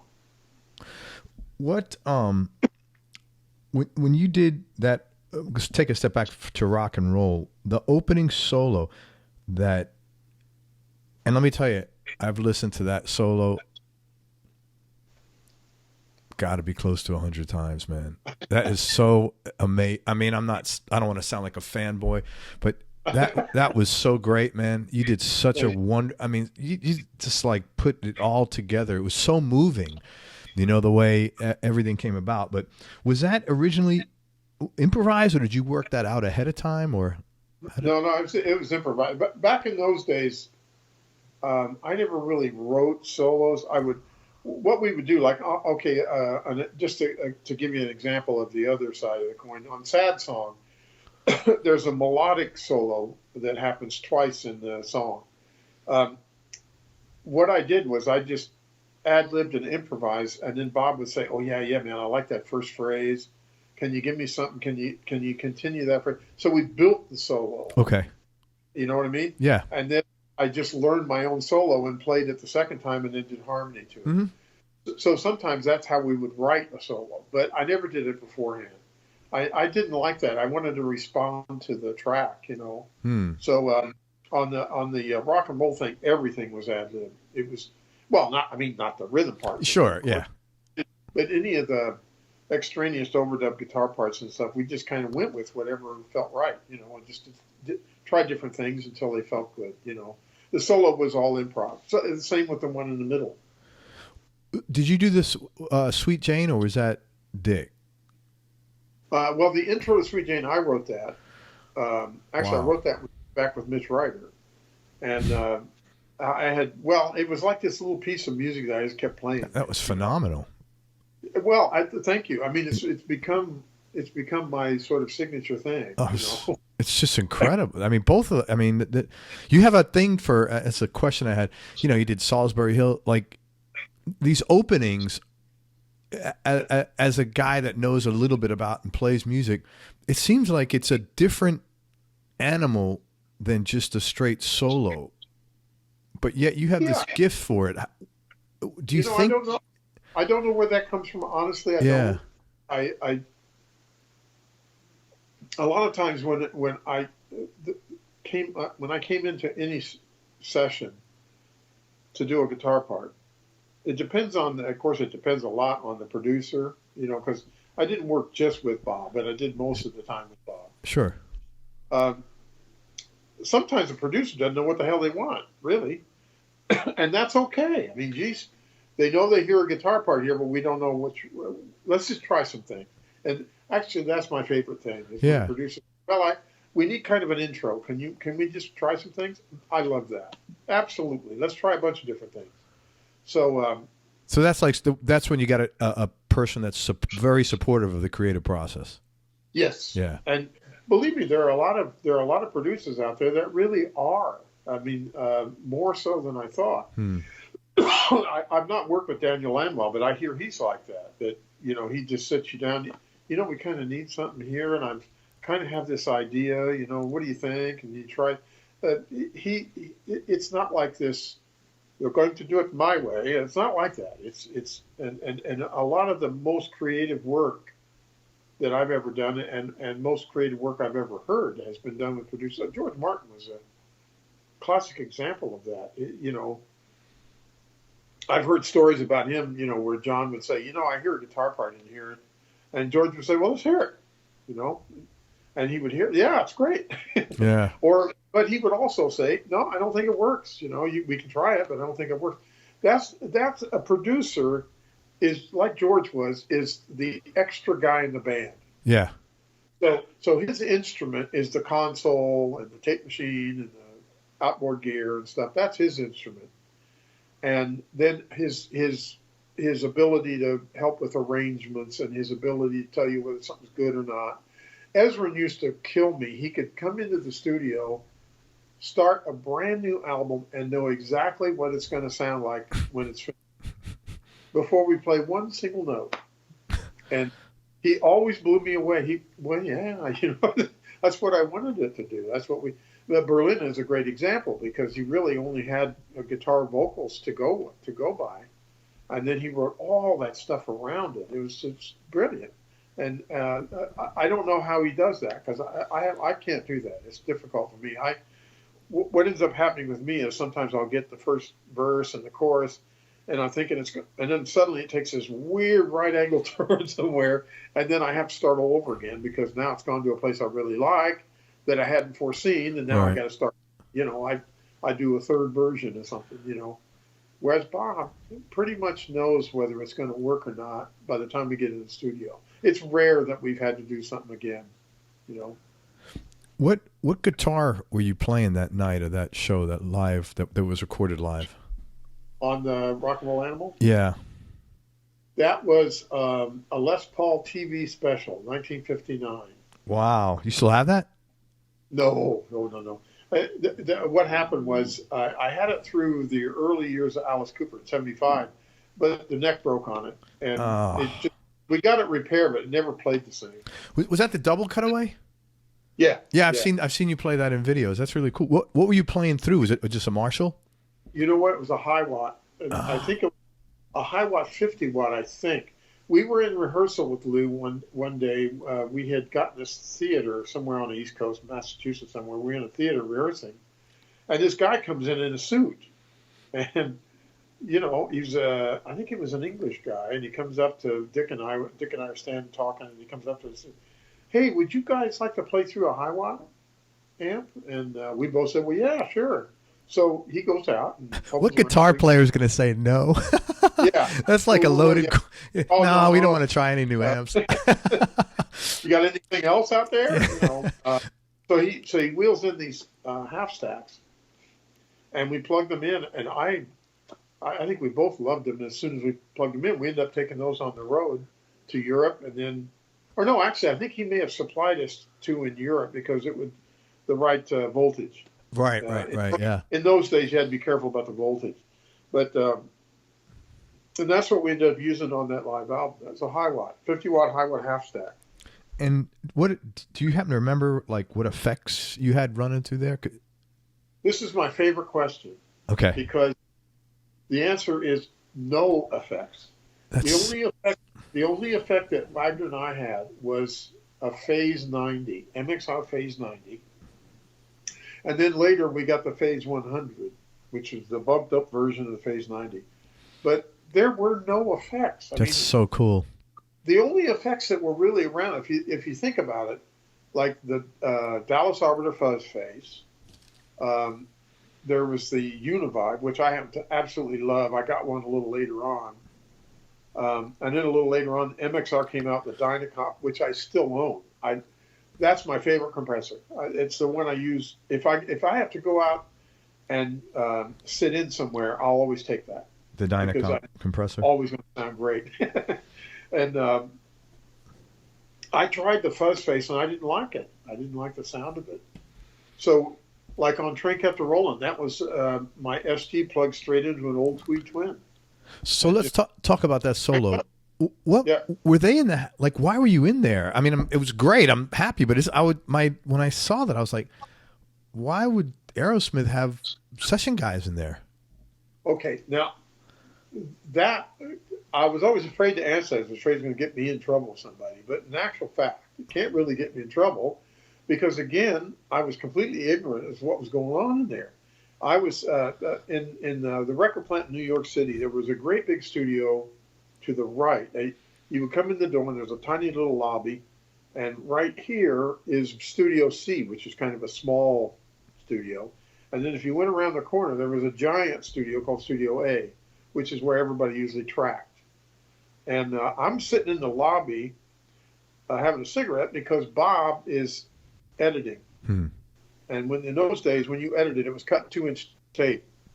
So I got the hell out of there and left him alone because there was a lot of stuff he had to keep track. He had bits of tape all across the console, and he was putting them together for this song. Like in Pro Tools, you can do that in 5 seconds. Yeah. But in those days, you had to cut tape. And some of these guys got to be real artists at that. It was pretty amazing.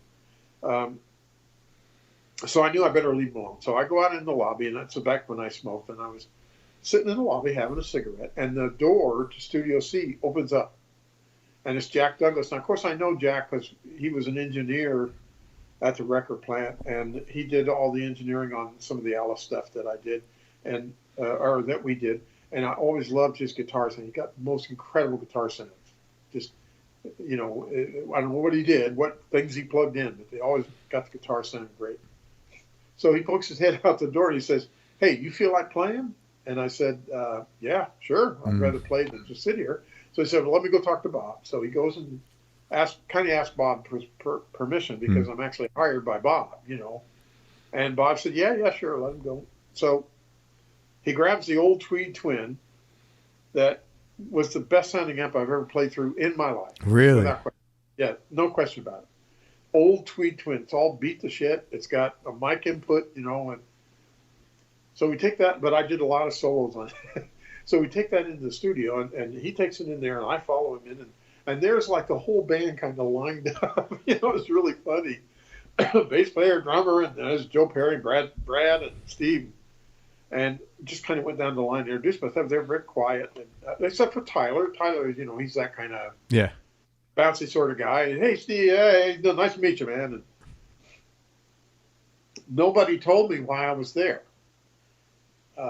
Then Jack comes in and he says, "Well, we'd like for you to play solo on this track we got." And I said, "Well, okay, good." So plays the track for me. And okay, this is cool. Cool rock and roll track. So I go out and I tune up and I plug in, and he rolls tape. And this is with your Les Paul? No, it's SG. Oh, this is your SG, okay. Yeah. So I'm playing, and in fact, it was just before that the SG was stolen, and I got the Les Paul. Wow. Yeah. So I'm playing along the track. And Jack gets on the talkback in my phones, and he said, "Well, that sounds great, but you're walking all over the vocals." And I said, "Well, I don't hear them in my headphones." And he said, "Oh, I'm sorry." So he puts them in the headphones, and he says, "Okay, you ready?" And I said, "Yeah, okay." I'm still kind of loosening up, and then let's. He didn't say anything about let's try one or anything like that. He said, "All right, let's try it again. Let me know what the vocal sounds like in the headphones."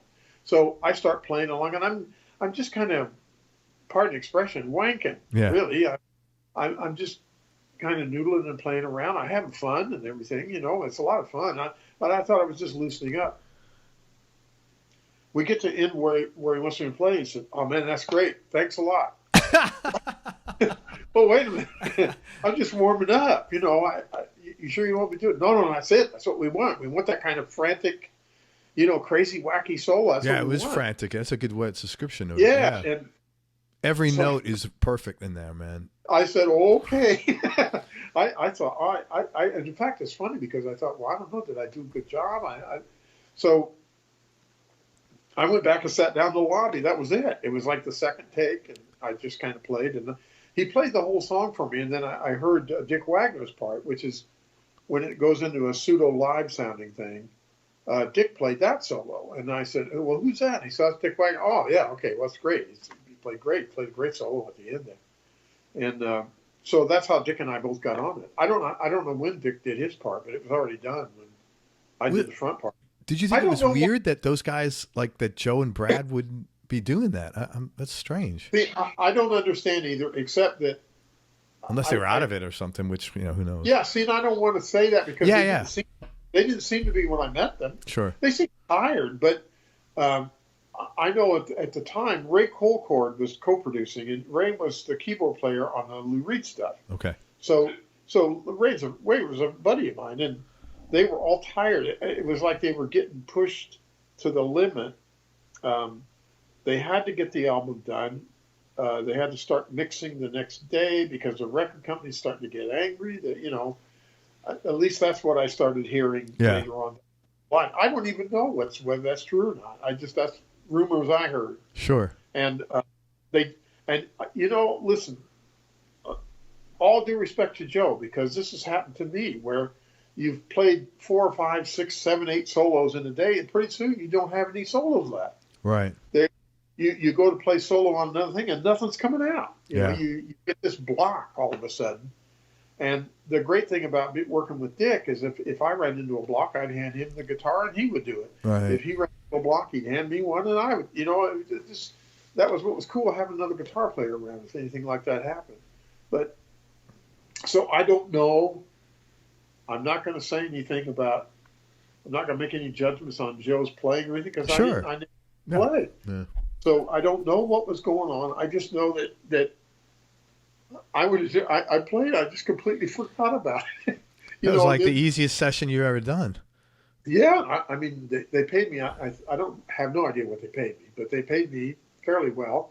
And then I was told you got to keep it quiet. You can't tell anybody. And because if you do, the label's going to freak. I said, oh, okay. Well, I'd done that before with $1 Million Babies. There were times that you had to do that. The Wrecking Crew did that all the time. It's part of what happened in those days. You couldn't open your mouth.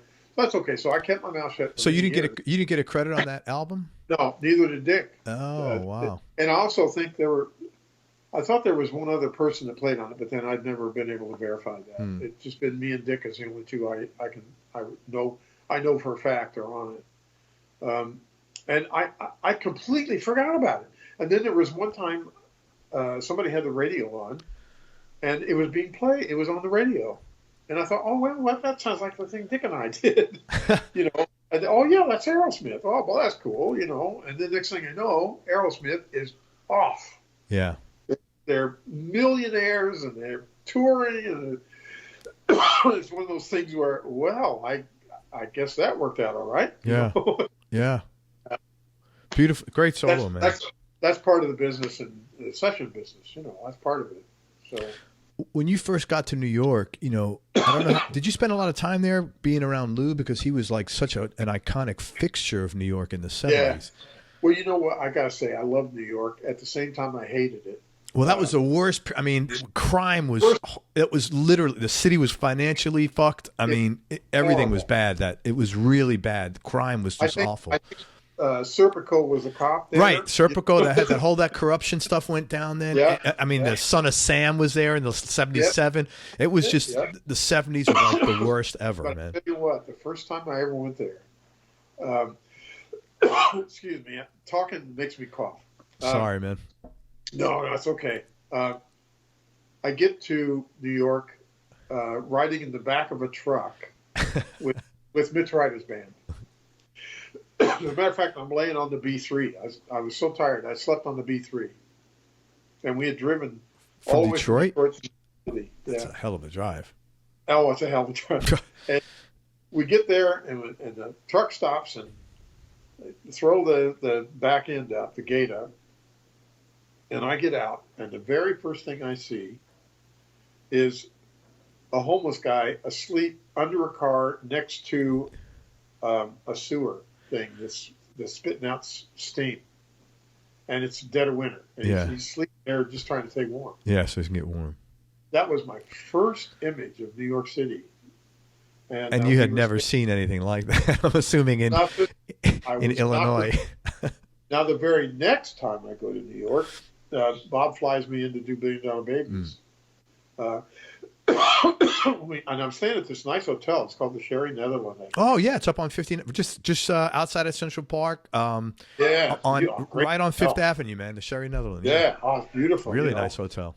And I'm saying, wow, I'm styling now. This is great. So I grab my guitar. He calls me up at 9:30. Can you be here at 10 to the studio? That's when I'm starting. I'm starting at 10. Yeah, sure. Yeah. And in the evening, not in the morning. Okay. So I grab my guitar, and I get out on the street, and the street is shaking with the subway and all the traffic, and everybody's honking, and it's just this violent chaos, and everything's shaking. And I get in the cab. By the time the way the cab drivers drove was like a video game, But by the time I got to the studio, I was ready to rock and roll. Yeah. I mean, I get in the studio, and I'm just saying, yeah, let's, like just the trip over there and amped me all up. Yeah. So that part of New York, I loved. It was still, to this day, I think is one of the most creative cities in the world. The energy is just like when you walk down the street, it's undescribable. There is no description. That's right. And I just loved it. I mean, I remember coming out, and I hated being there in the summer because I think it was on 48th Street, the record plant, but just off of 8th Avenue, I think. Which is a really bad area. Oh, it was it's like all the prostitutes I come out and I'm carrying and there were in the middle of the street were prostitutes. Yeah, right. And drug dealers, like right in the middle of the street. Yeah. Oh man, they're going to kill me. But you know what? They never bothered me. Yeah. I hail a cab. I get in the cab. They totally left me alone. But it was like the most terrifying. But in the same breath, every time Bob called me and said we're going to do it in New York, I was always happy because I knew it was going to be the greatest stuff. It always was. The studio record plant is my favorite studio in New York. That was Bon Jovi's. was that what the Bon Jovi? Was that his studio? Well, I mean, it was there. This place was there in the late '60s, I think, early '70s. It's not become the plant. Okay.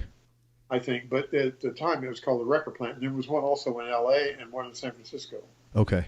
And they've all been owned now by new people. But, no, I'm thinking of the power station. Oh, the power station. Yeah, that was Bon Jovi's cousin or something like that owned that. Yeah, I think that's right. Yeah, the power station. Yeah. That's so funny, man. I don't know who owned the record plant at the time.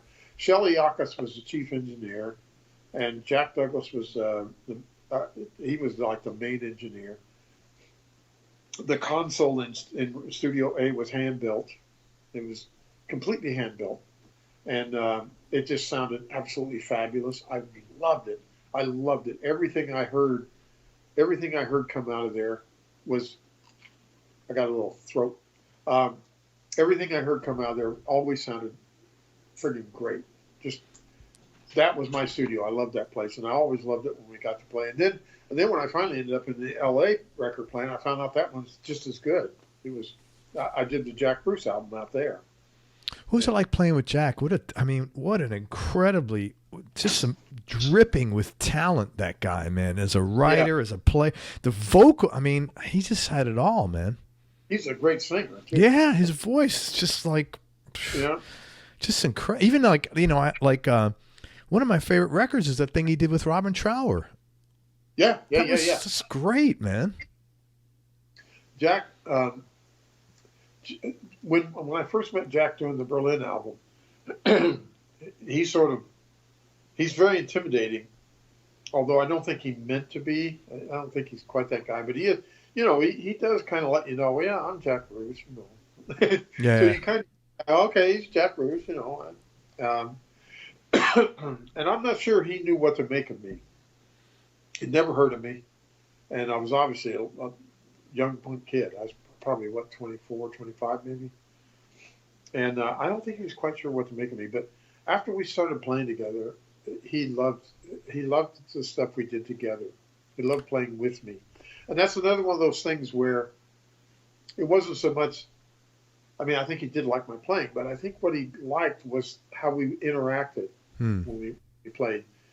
there was a couple times that me and Ainsley and Jack just were allowed to just jam at the end of a track. Oh my God, there was some magic stuff happening. That's so cool, man. Oh my God, I would sit there goosebumps on my own. I'm playing. Oh my God, listen to what Jack's doing. And listen to what Ainsley's doing. It was like I just wanted to listen.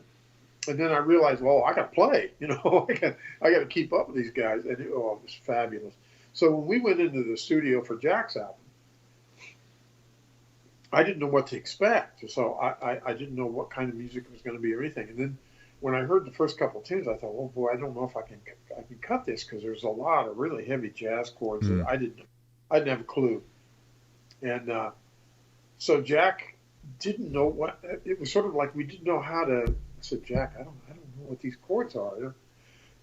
He said, well, it's a G minor 7 flat 5 sharp 11. Well, okay. Silly. I didn't know what the hell he was talking about.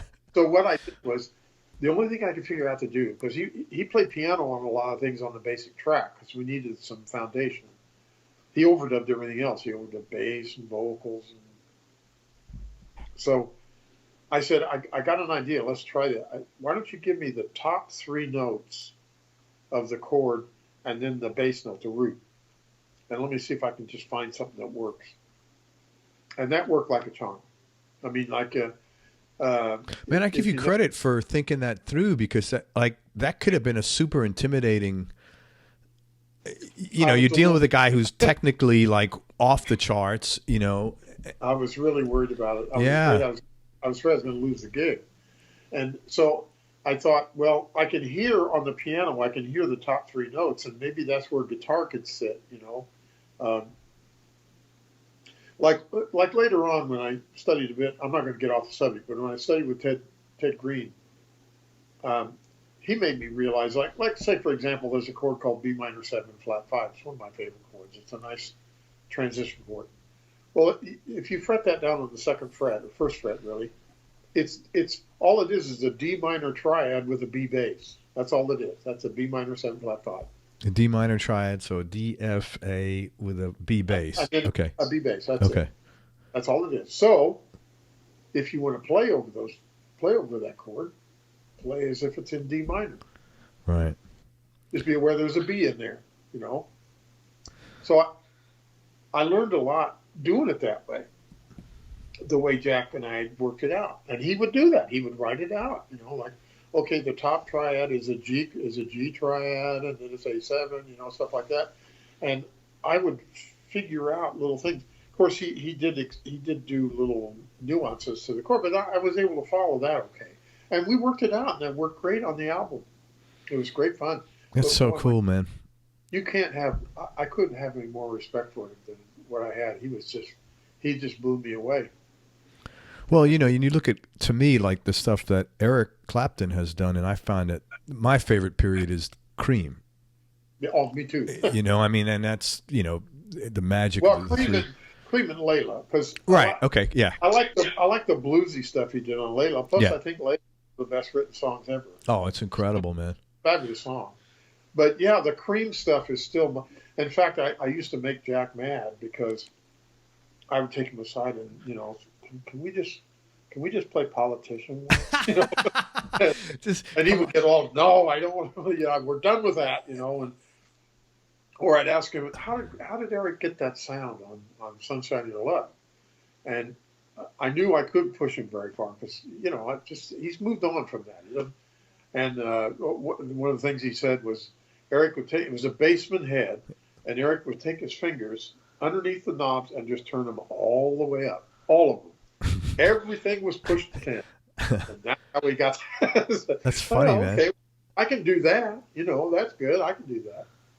Okay, so I want to talk about some of your music over the last couple of records you've made. Manhattan Blues Project.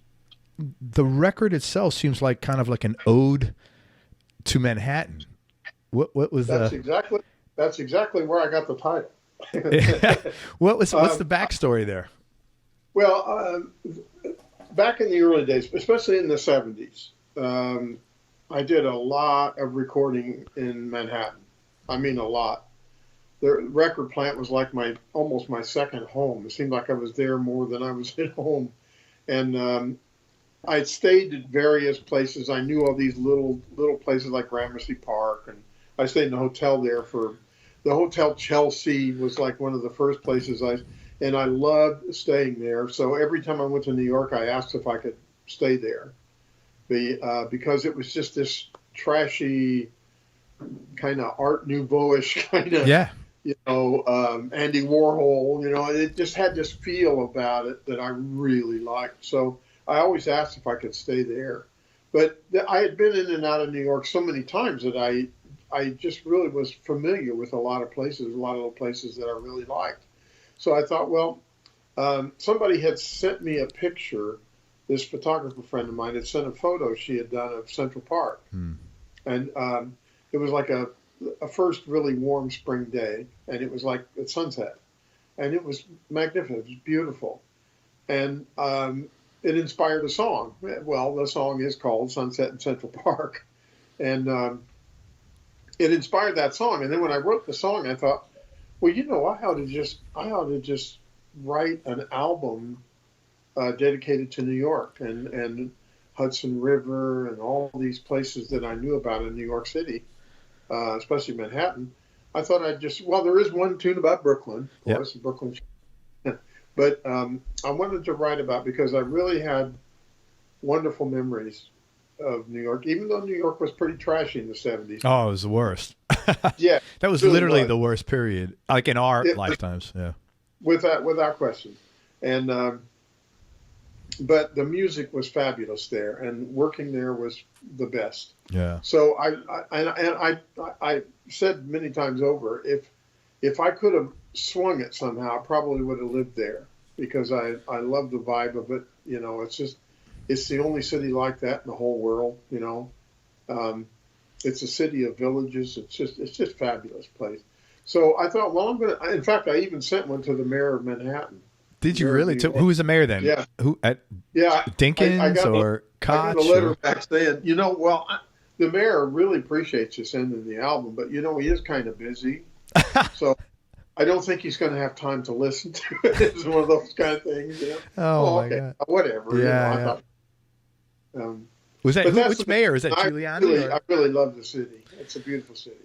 The vibe, it's funny because we go back once in a while, and every time we go back, it's like, yeah, we're going to take off for a while. Let's not come back. And we always manage to go back, because just the energy, just driving off, from LaGuardia, just getting the cab over the Midtown Tunnel or whatever way you come in. It's just so cool. The energy there, it's like nowhere else. It's like nowhere else. It's like nowhere else. It's like the certain cities in the world, but we have cities in America that are really special. Yeah. Like San Francisco is one, and New Orleans is one. And New York City has always been, like, oh my God, there's no other place in the world like this place, And I liked the toughness, in your faceness of it. I don't like to be bullshitted, if you'll pardon the expression. Yeah. And one thing about New York, they're not very good at bullshitting. They're better at just getting right in your face and telling you what's going to happen. Going on. And I love that. I really, really love that. And I respect that. And it's one thing about the city I always loved. Well, it's funny. I had this conversation with my wife the other night. When people move to Florida in the beginning and you meet somebody and they say, hey, let's get together, that means, man, you're pretty cool. Have a nice day. Yeah. Because I've spoken to other people that have moved here and like, I'm really frustrated, man. I'm like, no, man, that doesn't mean let's get together. But in New York, if you meet somebody at a bar or whatever, let's get together. Man, you exchange numbers. Say, oh, great. How about Saturday night? Or, what do you, when? And it's also, if you have a friend from New York, they're a friend for life. Yeah. Yeah, pretty much. Life. Yeah. It's just one. There used to be an old joke about Los Angeles that this guy was hanging out by his pool and the phone rang, and a year later he got up and answered it. That's kind of how LA is. Yeah, the hustle in New York, you got to be on top of your stuff. There's a lot of really do. Yeah. And that's another thing here. Like, you call up an AC repair guy. Maybe he shows up. Yeah. Maybe he doesn't, and like when you're from the city, man, you better show up because it's And it's funny because you wrote the song, the 222 West 23rd, and when I saw that and I listened to it, I said, man, I think that's the Chelsea Hotel. And sure enough, that's what it was. You know what? I took my son, my older son. This is about 10 years ago. We went up to the city, and then we drove up to Woodstock, and we hung out there, and then we drove back to the city. We saw like Government Mule in concert, or the Allman Brothers, or something like that. But we went all around, and we went to the Chelsea Hotel, and it was really cool taking him there. You know, just showing him the stuff, and the cool Mexican restaurant, which is closed, by the way, now, right underneath. And there used to be a guitar store also kind of like in the lot right next to it. Yeah. Sort of. Well, see, that was all after me. I mean, in the 70s, there was nothing but the hotel. Oh, really? In fact, I had to walk down about 2 or 3 doors to a deli to get something to eat. Oh, wow. There was like a really cool deli down about 2 or 3 doors down, and they would stay up until midnight, you know, one of those kind of things. Sure. So if you got hungry really late at night, you could go down there and get a really good deli sandwich and a great cup of coffee. Yeah. But there was nothing else there. It was just a hotel. Yeah. There was nothing else. And it was pretty, actually, when I stayed in there the first couple of times, it was pretty run down. Oh, yeah. But you know, I didn't care. You know, you'd get in the elevator and push the thing, and the thing would like shake, and it would maybe go, you know, and maybe your door would unlock, maybe it wouldn't. You know, I liked all that stuff about it though. Yeah. And it was real rock and roll. It was a real rock and roll hotel. Well, isn't that where, for people listening, isn't that where Sid Vicious and was killed, or killed Nancy, his girlfriend, or something like that? Well, you know, I don't know. I know Patti Smith had an apartment there for a while. Yeah, I think that's where Sid Vicious was. I think that's where he killed his girlfriend, or something like that. Oh, okay. I don't know that actual story, but yeah, I think so. But I know Patti Smith lived there for a while, and Jagger used to have Mick Jagger used to rent the penthouse. There was some sort of penthouse there, which I never saw. That's pretty cool. Supposedly rented that when he came to New York. He liked it there too. Man, that's cool. So let's talk about your last record, Before the Lights Go Out. Man, Right. That's a very intense cover. Yeah, I know. Yeah, I know. Let me describe the album cover. First of all, I want everybody to listen to it. It's a great record, but it's a really intense cover, but it's a very simple photo, which is makes it even more intense. So it's a photo of a person who's visually impaired, the conventional quote blind man's cane. Is that what that right? Up against the wall, you know, just leaning up against the door door to leave a house or an apartment, and then the light switch. Yeah. Obviously a reference to you losing your vision. Yeah. What prompted you to think of that setting for a cover? And if you're comfortable talking about it, what's your actual prognosis regarding your vision, and how are you doing with it? You know what? I'm comfortable talking about just about anything. So you don't have to worry. If I'm not, I just won't answer. Yeah, Most of the time, I'm pretty comfortable about talking about anything. And the older you get, the more I don't give a shit kind of thing you get going. I'm with you. You're preaching to the choir, brother.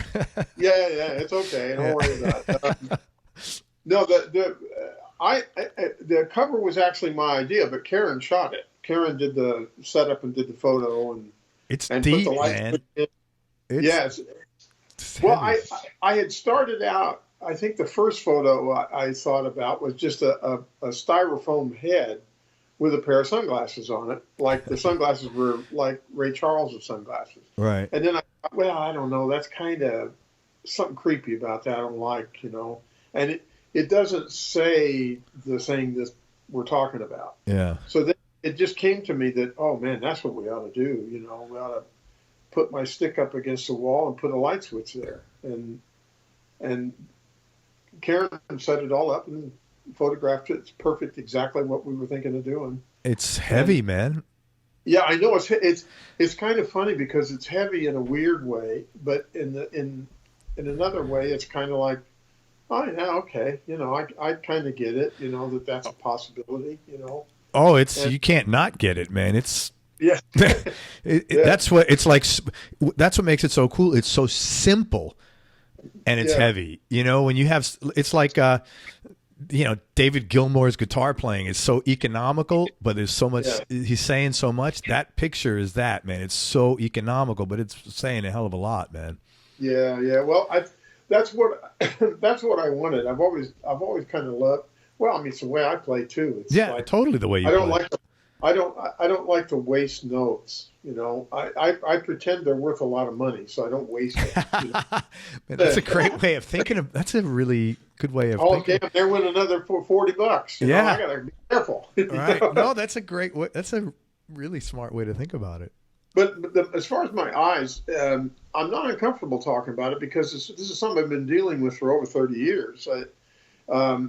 It was really weird. I don't know if you remember, but there was a surgical technique called radial keratotomy, which it's been replaced by LASIK. Right. I had that a couple of years back.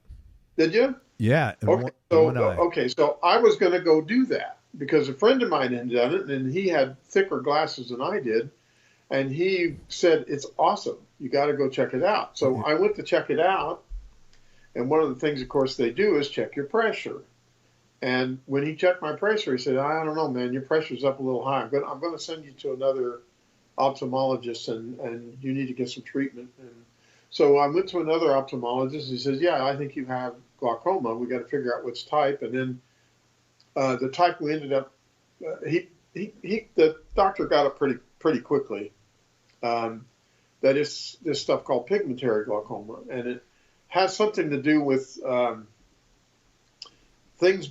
My eyeball is severely misshapen. I'm very myopic. I have huge glasses. I've had cataract surgery, so now I have lens implants that are corrective. Okay. The only thing they don't correct is the astigmatism, which is why I still need glasses.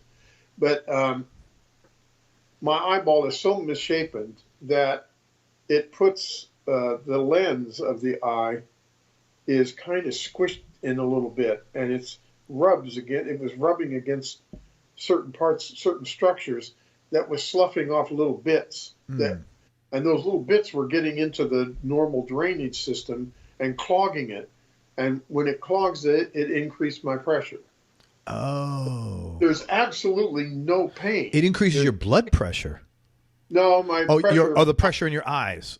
Yeah, the intraocular pressure they call it. So it's inside where your lens sits. There's fluid in there, and if it doesn't drain, there's a normal natural drainage system that keeps the fluid going in and out. And mine gets clogged, and then when it gets clogged, the eye pressure goes up. When the eye pressure goes up, it starts putting pressure on the optic nerve. The optic nerve as it exits your eyeball. I don't know if you guys ever did this in school, but you put your fingers out and you move your fingers back and forth, and when they disappear, that's called your blind spot. Yeah. Well, the blind spot's where your optic nerve leaves the retina. Okay. So when that pressure builds up enough, it puts pressure, it pushes against the optic nerve, and it starts damaging it.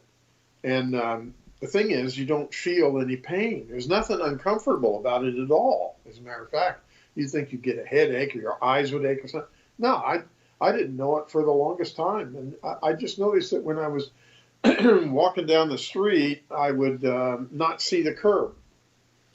And I thought I needed new glasses. I didn't think I was losing my sight. But what had happened was the lower vision in my lower vision field was deteriorating from optic nerve damage.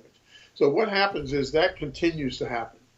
You take drops. I take drops 3 times a day, and that's keeping the pressure sort of at bay, trying to keep it below a certain level that we hope will slow down the damage. But it doesn't stop it. It just slows it down. My eyes have gotten worse over the last 5 years, So, what happens is I just try to adapt to it. I use a Zoom a lot more on my computer than I used to. Yeah, that's for sure. But that allows me to continue working, which is all right. Yeah. At some point, though, I've been told for the last 25 years that at some point you're going to lose enough vision, you'll be blind. But I mean, so far I'm going to be 71 in a week, and I'm still able to see enough to kind of get her. Karen is a big help. She's like my seeing eye wife kind of thing, you know. But I do use a cane. That's mainly for my lower vision. So it's not there anymore. So if you can think of that blind spot that I was telling you about, that when you were a kid, you know, Yeah. you did that. Well, there are multiple blind spots for me. And there's a little blind spot here. The one there is one there. They're all connected. They form little islands of vision is what they call them. So I can see a little, you know, I can see, I think it's about 40%, 35% in this eye. And this eye's worse. It's down to about maybe 20%. So I don't see that much out my left eye. It's mostly in my right eye. Yeah. That's my good eye. Yeah. You know? So, but I mean, listen, everybody has something to deal with. Yeah, man. That's mine. Right. You know, I was playing poker. These are the cards I got. Yeah, man. So I got to figure out how to make the best hand, pull the best hand with the card. Yeah, you cards you've been dealt. Yeah. I totally get that, man. Yeah, Yeah. that's it. Yeah. So you know, I mean, I don't know if you know who Jeff Golub is. He played guitar with Rod Stewart for a while, and then he had his own career, solo career, and he did very well in smooth jazz kind of things. He was doing very well. Really sweet guy. He passed away a few years ago, but he woke up one day and was totally blind. Just went to bed fine and woke up blind. And he had found out his optic nerves had collapsed. There was some weird disease he got that ended up taking his life. Holy But I tell you what, the guy still went on the road, and he still went on stage, and he still played guitar, and he still did what he could. Yeah. It caught him off guard for a day, and then he sorted it out. He had himself a seeing eye dog. He would take the subways in Manhattan. You know, Wow. he was like totally independent. And that just, you know, as they say, shit happens. Shit happens. Yeah. Yeah. And when I hear stories like this, it really puts front and center, man. Like any kind of bullshit you have, you can pretty much deal with it. But health, yeah, you know, you only have limited control over that, man. It really puts. Yeah, you have very little control. Yeah. Exactly. Really puts things in perspective. Just like Karen. I mean, just all of a sudden, boink. There's a. She had been. I don't know how many times we'd gone to have mammograms for her, and I didn't go with her this one particular day because every time she went down there, it was fine. Right. So, yeah, okay, just go get a mammogram and let's get it and come back home. And I went with her several times, and every time she came out, everything's fine. Okay, good. And this one time I didn't go. She came out. She called me and said, "Well, they want to do another thing. They want to do another thing." I said, "Well, why do they want to do that?" Because I was expecting everything to be fine again. Of course. And no, she had cancer. I mean, so it's like, man, you can't, you know, all you can do is hedge your bet. That's all you can do. I don't care who you are. You're dodging bullets from the time you're born. And, you know, some people just seem to stream through life, no problem. But I'm telling you, I don't think that's the majority. I think the majority of us are dodging bullets every day, you know. I agree with you 100%. I think that's you're dodging bullets from the time you're born. Yeah, I think for most people, I think what happens is there's different levels of sort of what people consider a bullet based on your coping skills, you know, and you know, there are some people that just have dodged a lot of bullets, don't even think about it because, you know, that's their thing. You know, you're trained, you're a bullet dodger. You don't even give it a second thought. And there are other people that maybe don't have the coping skills and the slightest thing happens and, you know, everything's devastating. But yeah, man, I agree with you. I mean, I've known people like that, well, why me? You know, why did this happen to me? Well, it's got just chance happening to you as does anybody else. Yeah. I mean, what separates you from the world? You know what I mean? And, you know, that's my number one reason why I really have such little patience for people with like arrogance or ego. Yeah, me too. I really have like it's like a character flaw of mine. I can't fucking stand that, you know, because you know, get cancer. Tell me how bad you are. You know, Yeah. Have your wife get cancer. Tell me, like, how much people kissing your ass is going to fix that situation. Exactly. No, Yeah, seriously. exactly. I mean, it's like, it's so stupid. I just don't. Yeah. It really irritates the crap out of me, man. It irritates the crap out of me too, man. I can't stand it. I can't stand it. As soon as I even feel a little bit of arrogance, I'm out of there. I'm done, man. It's like delete. Yeah. Absolutely. Yeah, I just have no patience. Yeah. And my wife was like, you're so overt about it. I'm just like, yeah, because I'm allergic to that shit and I don't want it around me. I don't need to be nice to a guy who's an asshole. It's they've elected to remove themselves from my common courtesy. I'm not going to be rude, but I'm not. We're done. Yeah. Real quick. Yeah, absolutely. Man, well, your handling is great, and of course I wish you nothing but the best. Well, thank you. I'll be all right. Of course you'll be all right, man. I still think all this time. I think it's God saying, "Steve, you've seen enough."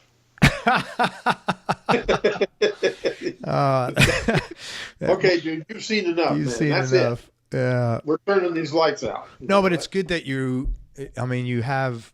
It sounds like you've had a good level of grace with accepting it. Like, whatever. I don't know why. It is what it is. Like you said, shit happens. It gets frustrating as hell, man. Of course. No doubt about it. And like I can't really play. I'm not comfortable playing live anymore because I can't see. When I did the 2011 tour with Alice, it was really terrifying because I learned how to play guitar like everybody, sort of eye-hand sort of coordination thing.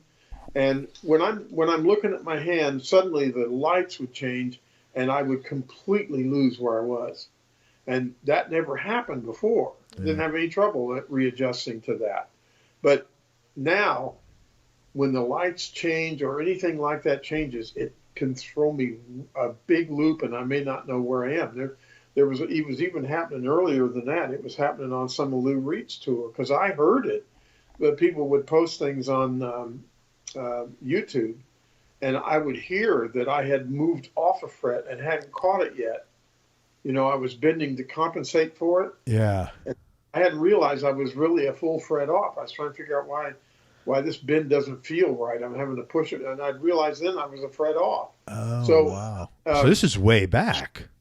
Oh, yeah. This has been happening since, well, actually probably about 2005, 2006. I was kind of okay with the Berlin show in Brooklyn at the St. Anne's. I was okay with that because it was very controlled lighting and it was a smaller place. And for some reason or other, the way they lit it, I didn't have any trouble. But as we went in different venues and things like that, the lighting, and then with Alice, of course, the lighting is much more severe and much more drastic and much faster. And there are things moving around, and that would just throw me off. And I just got petrified. So I couldn't play the way I wanted to play. I had to kind of stay in one area, And I didn't want to do that. I wanted to go down here, but I was a little afraid, So it started taking the fun out of playing live for me because I was concentrating so much on where I was and not making. It's not so much making a mistake. Mistakes don't bother me. It's just that you have a confidence is taken a little away. Yeah, well, you don't have the control. Yeah, I totally get that. And I really like that control, I like to be able to. Well, you want to express yourself. You need to. You got to express yourself. Yeah, exactly. And you want to express yourself the way you want to. Yeah. You don't want to limit it, So that's kind of a drag because it's kind of taken all the fun out of playing live for me. Karen was a big help on the Alice. She got me on and off stage because sometimes, when I'm on stage and I'm in a lit situation and the lights go out, I'm just friggin' blind. I mean, my eyes don't adjust as fast as normal people do between light and dark. So it's just pitch black. I can't see anything, man, and have to lead me off the stage, so I didn't fall off the stage. I mean, I did fall once on stage, which actually is funny to me. That's hilarious. It's great YouTube. If you want to watch it, we were playing in Moscow, so just look for Steve Hunter, Alice Cooper, Moscow something. It's hilarious. It took a real big, it's a real header right into the, but I was fine, and that was because I didn't see the floor monitor. I had when you're blind or when you're sight impaired, you start seeing the world in kind of a grid. So like blind people. I've known several blind people, and they'll tell you that when they walk into their apartment, they know exactly how many steps it is to the bathroom. You know, it's because 14. this grid you're talking about, it becomes embedded in you. Yeah. So they see the whole world that way after a while. And okay. And you remember. I mean, it's really funny because it really helps your memory to a certain extent, because you remember, oh, that's right, the light switch is 14 steps away or whatever. Yeah. But I had, during sound check, it was in Moscow, so they had this big lip on the stage, so you could go out in the front of the stage right next to the audience. And I really wanted to do that. I knew that the rest of the band was going to do that. So what I did was I tried to calculate how many steps it was out there and where it was positioned, the monitor, and then I would just walk straight back because I probably wouldn't see it. Well, I miscalculated when I came back. I was off a couple of steps and just hit it and went Did you right get hurt? over. No. In fact, the only thing it did was it knocked the guitar a little out of tune, but that's it. Oh, you're real lucky. I was lucky, yeah. It's funny, though. If you want a good laugh, you got to go check it out. I thought it was funny.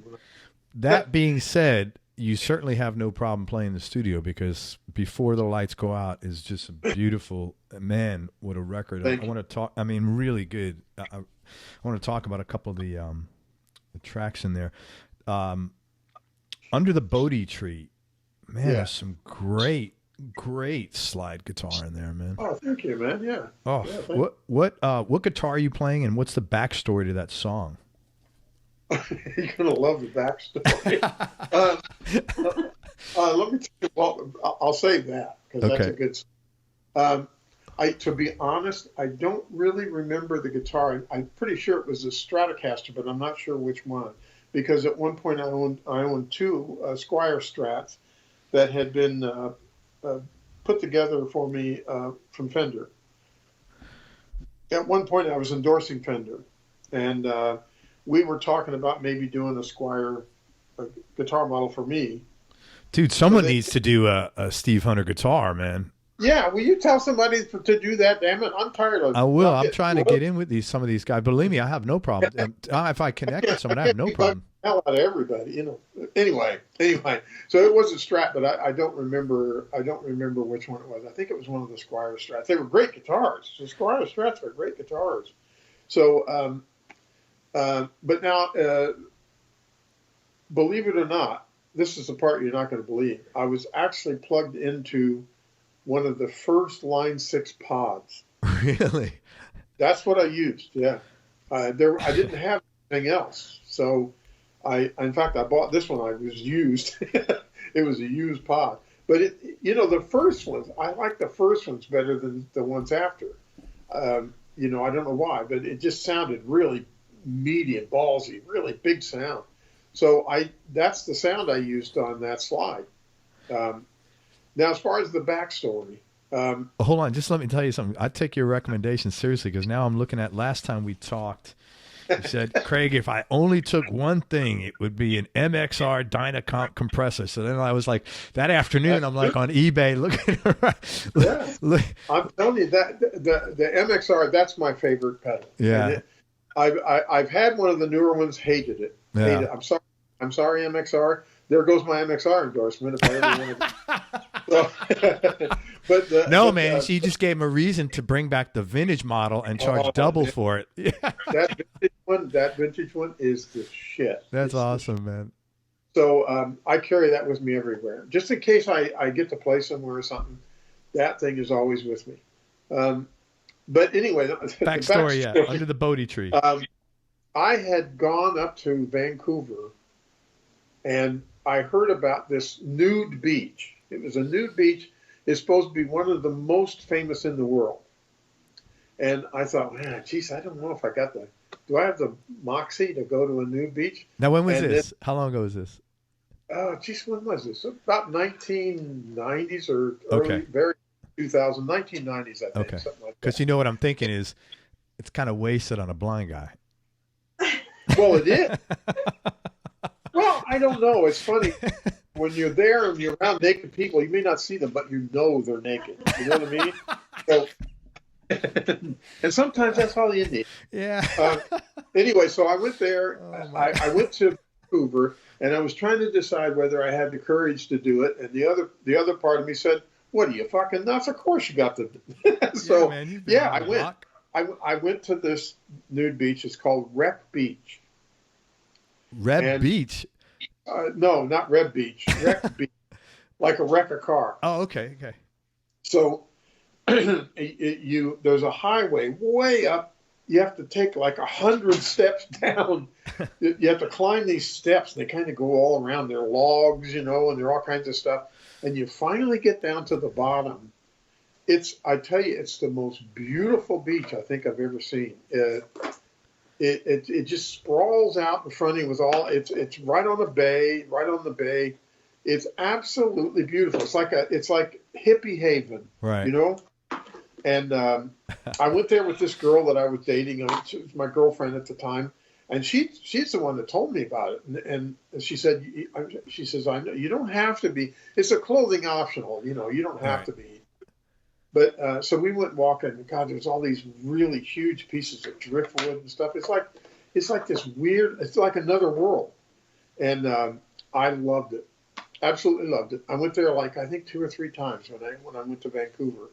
I absolutely loved it. So I ended up writing a song about it, and the song was the little nugget of the song was Bodhi Tree, which became Bodhi Tree. Oh, But the little nugget of the song was about Wreck Beach. that's so cool.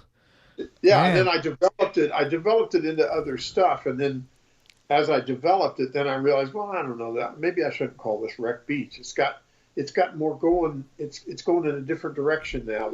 Because Wreck Beach was meant to be sort of a hippie, like communal, worldly sort of thing, but this was taking this direction towards Indian music or Eastern music or something. I use a Lydian scale, which makes it sound very Middle Eastern or Indian or something Asian. So I thought, well, because it's doing that, maybe I should change the name. And then I saw on television a documentary about the Buddha and how when he passed away, he lay underneath a Bodhi tree, and the very instant he died, the Bodhi tree bloomed and dropped all of its petals on top of it. It's just a beautiful story. Yeah, that's cool, man. Whether it happened or not, I don't care. It was Yeah. a beautiful story. Right. So that's why I decided to call it Under the Bodhi Tree. Amazing song. Great slide guitar in there, man. Thank you. Another song I like, really pretty, Tienes mi corazón. I'm assuming that's a love song for your wife. Yeah, it kind of. You know what? That's another weird thing. I had her. I knew I wanted to do a Spanish tune because we were moving to Spain and all that stuff, and I really wanted to do one song with a Spanish title. So I forget how we got started on it, but I think I was looking for something to do with mi corazón because that's my heart, right, in Spanish. So we're trying to think of something. What would be a cool? And Karen was looking through translations, and she said, well, there's one thing that says, you have my heart. And I said, well, all right, what's that? And then it's Tienes mi corazón, means you have my heart. And I thought, oh, that's magnificent. We got to have that. We got to use that. And that's how that came about. Very cool. That's my favorite song on the record, actually. Oh, thank you. Really Thank pretty you. song. Yeah, I really love doing that track. And the noises, the heart noises you hear. Man, you do all, like I talked to you last time, you do a ton of these, like your engineering stuff, all these really cool layers of, like, they're not noises. They're noises, but they become music.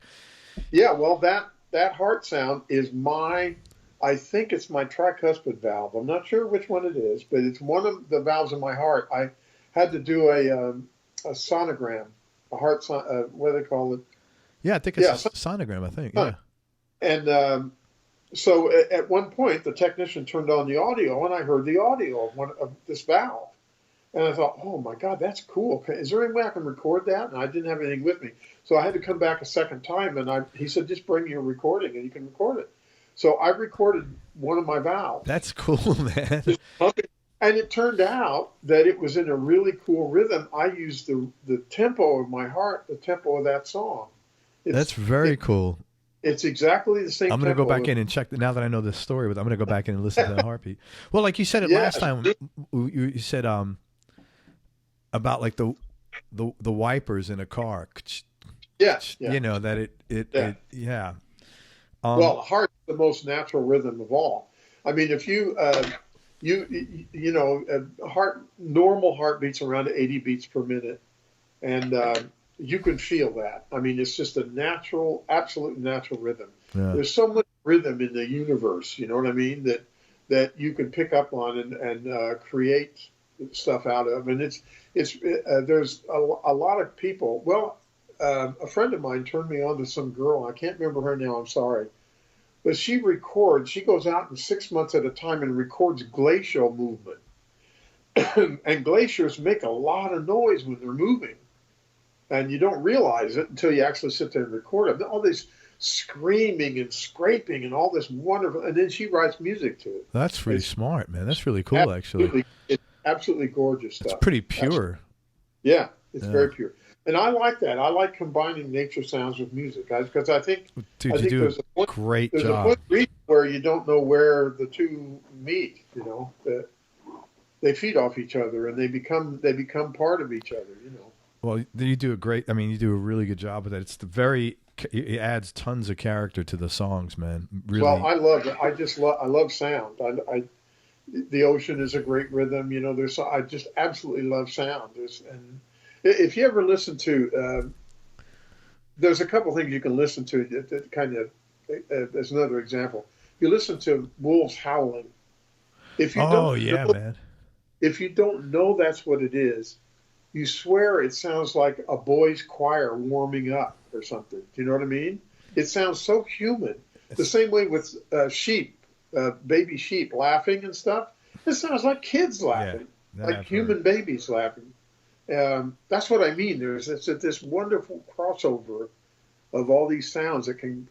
I don't want to start sounding too esoteric or anything, but no, it's just it's great. Just really beautiful. It's really beautiful stuff. You can hear these little sounds. Oh man, you know there's a couple of plugins now that allow you to take a natural sound and put it in this box. It's a synthesizer. And manipulate that, and you can turn it into other sounds. So it starts becoming this otherworldly sort of stuff, you know, and that stuff just fascinates me. It's just fascinating to me. Well, man, you do a great job plugging them into your songs, and you close the album. It's a very sad version of Happy Trails. Yeah, well, we never thought of it as sad. Karen and I, we were thinking it was more kind of poignant, you know, like. Well, we're off. We're going away now, but we'll see. That's Karen singing, right? Yeah. Yeah. It sounds great. But what made you pick that tune, and like what made you do it at that meter? And well, I'll tell you what. It's not a totally original idea that song. I had gone to a David Lee Roth concert because I know Steve. I know Steve. Steve's a good friend of mine, and Brett Tuggle was playing keyboards at the time, and I knew Greg. I knew the whole band.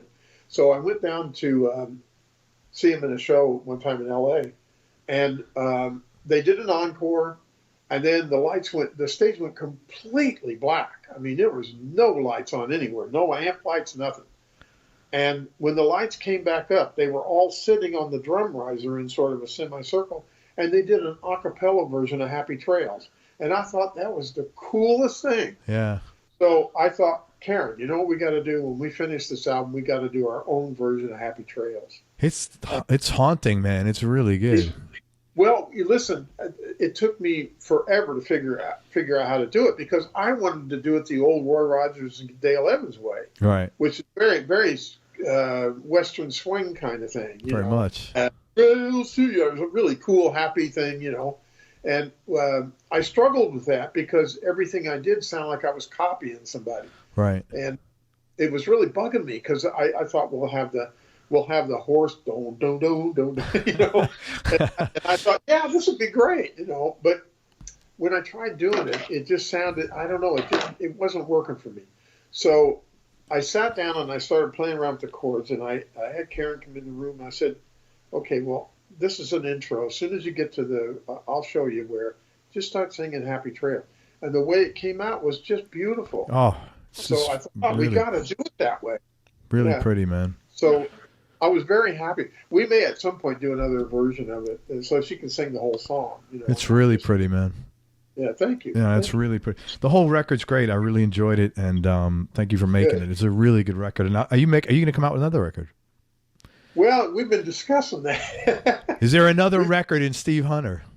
Yeah, we've been talking about it. I would love to. I would love to, because I enjoy recording so much that it's such a pleasure for me to have a reason to get out of bed, and making noise with guitars has always been a love of mine, and making more than just a guitar noise, making other noises with guitars has always been something I wanted to do. So, and also I like interpreting things, I love doing other songs, playing the melody of other songs and interpreting, like as if I were a singer interpreting the song, but I do it with guitar. Pay real respects to, what's her name? What's the girl's name that we absolutely love? It's one of the things about getting old, you can't remember anything. She did the Standards album. Oh, Patty. You can't remember either. I can't. Well, anyway, I'll come to me. It'll come to me. She was with the Stone Ponies. God, I can't even think of her name. I know who you're talking about. I don't. You can't think of it either. I know who you're talking about. Yeah. Well, she did 2 albums of standards, torch songs. And when I first heard it, and she used Nelson Riddle, who's orchestra, yeah. Yeah. He did all that Batman. Well, kind of. He did a lot of the stuff from Batman, the original Batman series, I think. Yeah. I think, he did. I think, well, he did things like with Nat King Cole, Frank Sinatra, everybody. He was like the king and ranger, and she really liked him. Linda Ronstadt. Okay. Yep. There you go. I'm sorry, Linda. Anyway, she did these 2 albums, and they were absolutely stunning. And the wonderful thing about the way she sang them is, instead of doing a bunch of vocal gymnastics, she just interpreted those melodies and left them alone. The melodies were so beautiful, she didn't see any reason to butcher them or to expand on them too much. She just sang the melodies over these incredible Nelson Riddle arrangements. And there are some songs in there to bring tears to your eyes. They're so beautiful. And that's the kind of thing I would like to do. I would love to do a whole album like that myself with guitar doing that. I was going to say, as long as you're playing guitar, man. Oh, no, it'll be guitar. Yeah. I can't sing worth a damn. So my voice is my guitar. I mean, as corny as that is, that's the truth. That's a great voice. Well, I would rather I play it the way I would like to have sung it. Sure. So that's one of the things I would really love to do. And then there's some other sort of more experimental kind of things. And there's some more blues stuff I'd like to do, because that really is my roots, and it's hard to get away from it. And I don't want to get away from it. Let me ask you something about that. You had a loving childhood.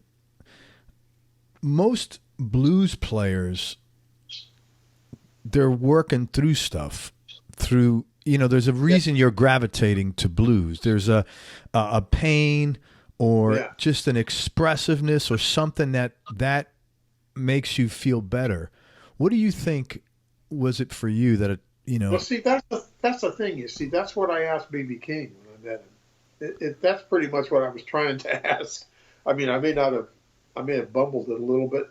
I think he got what I was trying to say, because what he said to me, instead of saying, well, you go out there and you have your grandparents picking cotton and you live on the plantation and you're a sharecropper, you'll know what it's like to play. He didn't do any of that. What he said was that everybody can feel the blues, and this is how you do it. Have you ever had a girl treat you badly? Of course you have.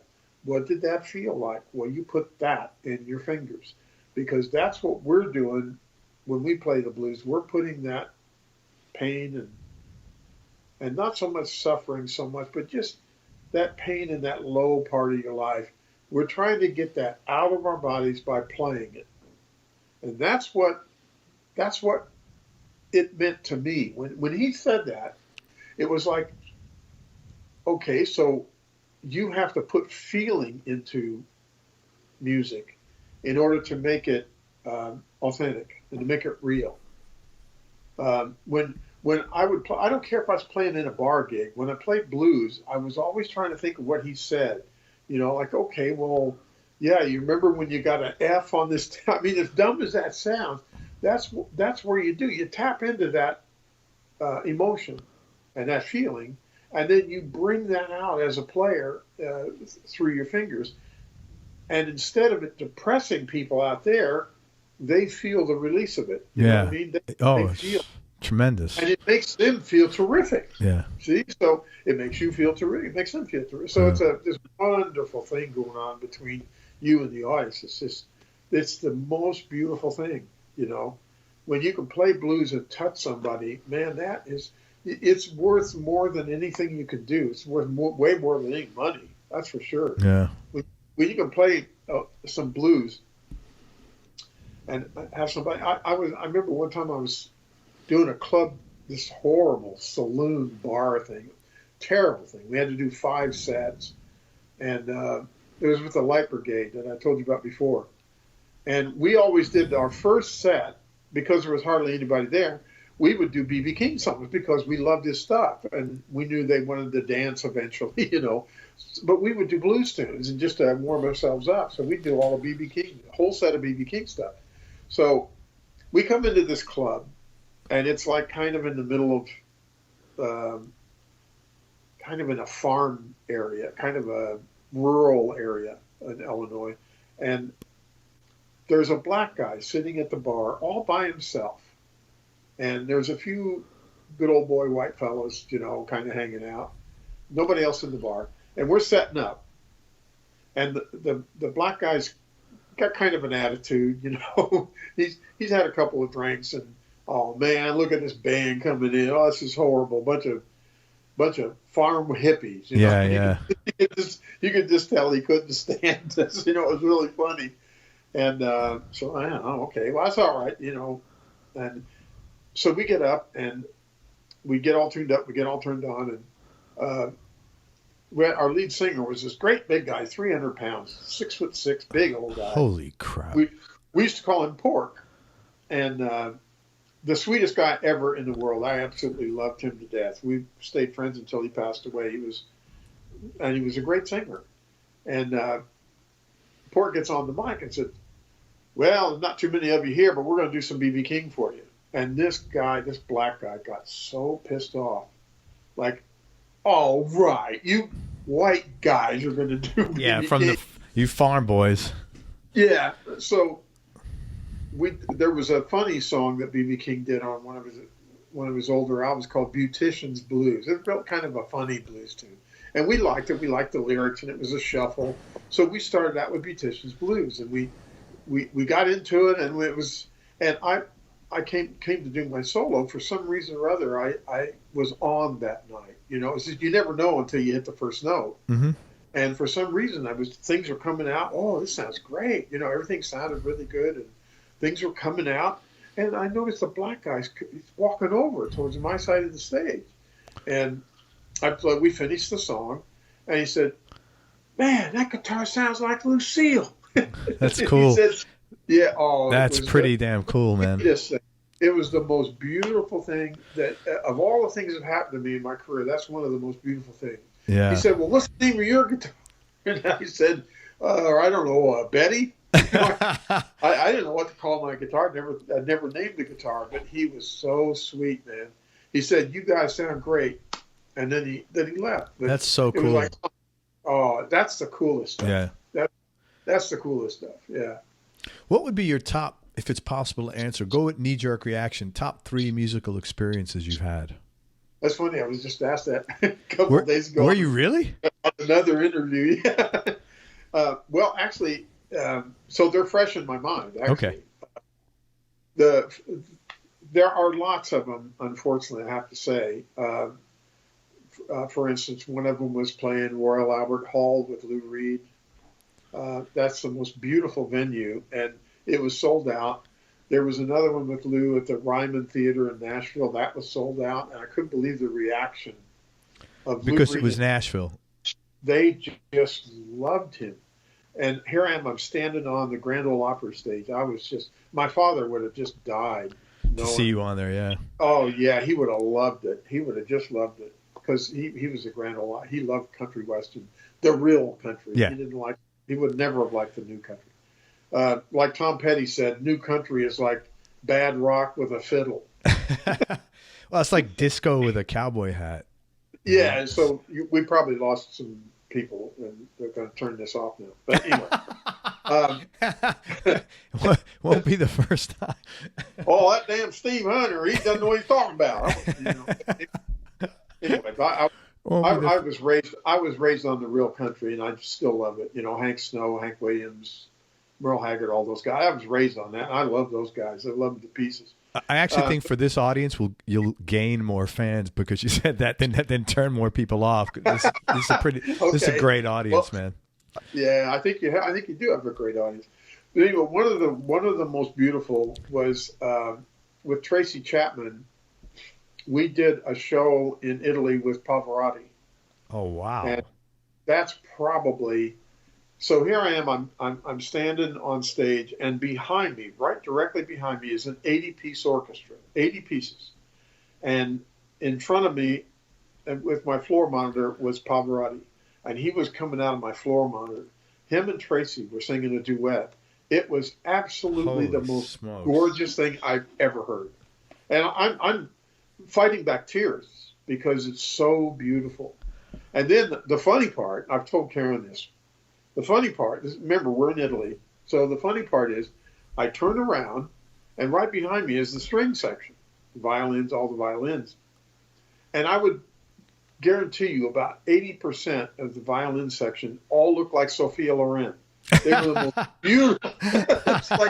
Come you on. could have a worse night than that. Yeah, that's pretty cool. It's got to be central casting or something. You can't tell me girls are actually playing. But they were great fiddle players, and they were just absolutely beautiful. It was like the craziest thing. That is wild. The sound of that was phenomenal. It was the most beautiful thing I had ever heard. And Pavarotti's voice was, he's one of those guys that no matter where you put his voice, it sounded the same.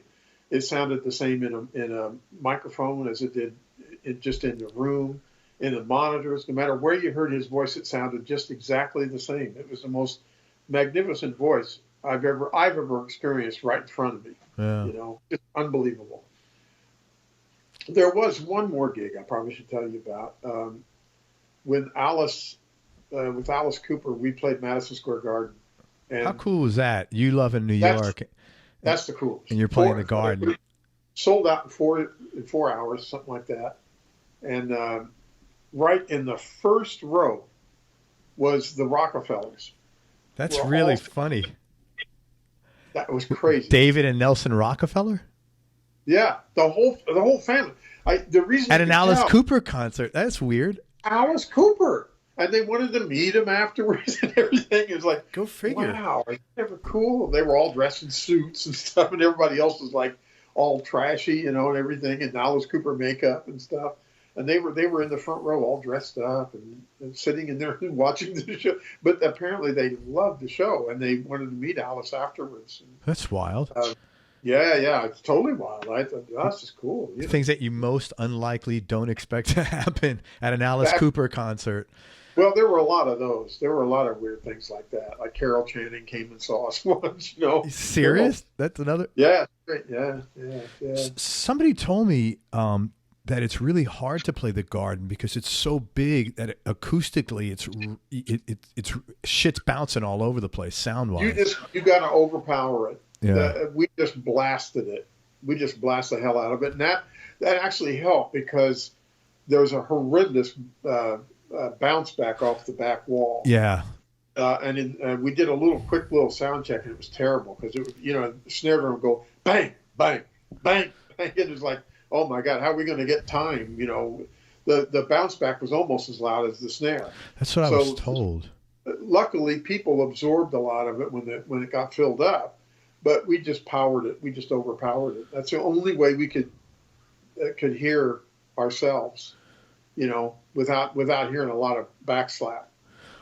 What's a favorite venue that you've played in? Probably the Royal Albert Hall. Yeah. Although there've been some really beautiful ones, but there was, I don't know, there's something about that, and that close second is the Ryman Theater. It's mostly because of the history, Yeah. Somebody said, a friend of mine said that the Royal Albert Hall looks like what the inside of a wedding cake would look like. That's kind of true, it kind of looks that way. That's a funny, I've never been there. That's cool, man. Oh, it's a beautiful venue. And of course, the Ryman Theater, it's the history, you're standing on the same stage Johnny Cash did, and my hero, Chet Atkins. And so there's something about the history of that place. But there's been a lot of them, but those two always seem to stand out. Well, plus the nostalgia of your dad loving country, that's got to be like a really good, thinking if my dad could see me, you'd feel good about that. He'd feel good about that. When I walked on stage, I kept thinking, God, I wish Dad were around so he could see this. Tell him, Dad, I played on the Grand Ole Opry stage, man. Right. He would have loved it. He came and saw. I had the whole family come see a couple of Alice shows. That's cool. So he kind of knew what I was doing for a living, But and he liked it. He really enjoyed it. He thought it was a lot of fun. That's cool. Fun, yeah. Man, well, it's hard not to think whatever when your child is at that level of success. I mean, it's almost. I mean, you'd have to be as a parent, you kind of have to be an asshole. I have to say that to not, just celebrate the achievement and the joy of what your kid is doing. Well, I mean, especially since he got me started playing. Right. It was his fault that I'm playing. So it was great for him to see. Well, this is what happened. This is what you did. Yeah, man. Well, you did him justice. No, he was a great guy. My dad was a great guy. Steve, low points or dark periods you've had to deal with? What would they have been? Well, probably the weirdest thing that happened to me was the 80s. You got to understand, in the 70s, I was pretty naive about what was going on in the rock and roll business, music business. All I did was I tried to kind of stay focused, and I had blinders on most of the time in the 70s. All I ever had to do, once I started working with Bob, and with Alice and touring and all that stuff, all I really had to do was come home and wait for the phone to ring, and something else would happen, and I'd be out on the road again, or I'd be recording another album or something. I had no idea how to get work. I had no idea what to do to get work. I had no resumes or any of that stuff. All I had to do was go home, wait on the phone to ring, and it always did. Yeah. But then in 1980, it's like, almost like January 1st, 1980, the phone stopped ringing. And I was so blah about it, I didn't realize the phone stopped ringing until I'd gone 2 or 3 months. There was one little time in when I was out on the road with Alice this sort of foretold the future. If you remember, we had this oil embargo. In the late, like 76, 77 was like maybe even 78. And it was really difficult for people to get to shows. And we had to cancel I was out with Alice, and they had to cancel the last part of the tour because their ticket sales were going down the crapper. The Eagles did, the Led Zeppelin did, and I don't know if the Stones were out or not, but there's a lot of bands having to cancel shows because the truckers couldn't get fuel unless they waited until after midnight, all that. It was called ration. So it really put the skids on touring. So I kind of was okay because I got to do the Rose in 79, I think it was. And that actually paid very well. That was it was a the Bette Midler movie. Yeah. Yeah. That was a great experience. I just love Bette to death. Her and I got along so well. It was wonderful. But she's a great actress, man. She's fabulous. Really great actress. Fabulous singer. And she's a wonderful girl. I loved her to death. Her and I were like brother and sister. That's cool, man. Yeah, I loved her. I still love her. I saw her at the Hall of Fame. Oh, that's cool. Yeah, and I can picture Karen has a picture. Anyway, what happened was in 1980, the bottom fell out, and I could not get work to save my ass. Nothing, zero. Nobody wanted to hear a blues rocker. It had gone off of blues rock and had gone into, great guitar players like Steve Stevens and Andy Summers and Eddie Van Halen. And Sure. all these guys, they were fabulous players, but they didn't want to hear from a guy like me. I could not get arrested. And to give you an example, I got one session one time where the producer had said he was a big fan of mine. I don't remember who he was. And he wanted me to play a solo. I said, okay, sure. Show me where. And I got all set up and show me where the solo is. And I said, what do you want? What direction are you looking for? No, man, I just want you to play what you play. Okay. So I did. And he said, well, it kind of sounds kind of old. So can you try something else? I said, well, okay, what would you like? Can you try something like maybe Beck or something like more 80s? And I said, well, yeah, okay, I'll try that. So I tried that. And then he said, yeah, but that doesn't sound like you. Well, he's just asking you to do somebody else. and I'm saying, well, yeah, no, it doesn't. Yeah. I ended up doing something they didn't use. Yeah. And that's what happened. The bottom absolutely fell out. I mean, I did get some little bit of work, but I had to sell my house. I had a beautiful 63 Corvette that I absolutely adored. Where were you living at the time? Los Angeles. Oh, you're living in LA. Okay. And I had to sell that. And I had to, it just went downhill from there. I mean, I was almost homeless a couple of times. And I finally ended up having to get a job at a guitar store. That's all I could do. And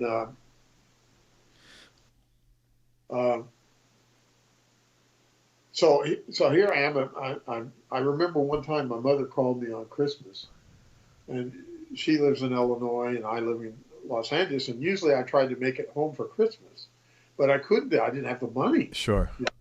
And she said, and she was upset, that I couldn't. I said, Mom, sorry, I can't make it home this Christmas.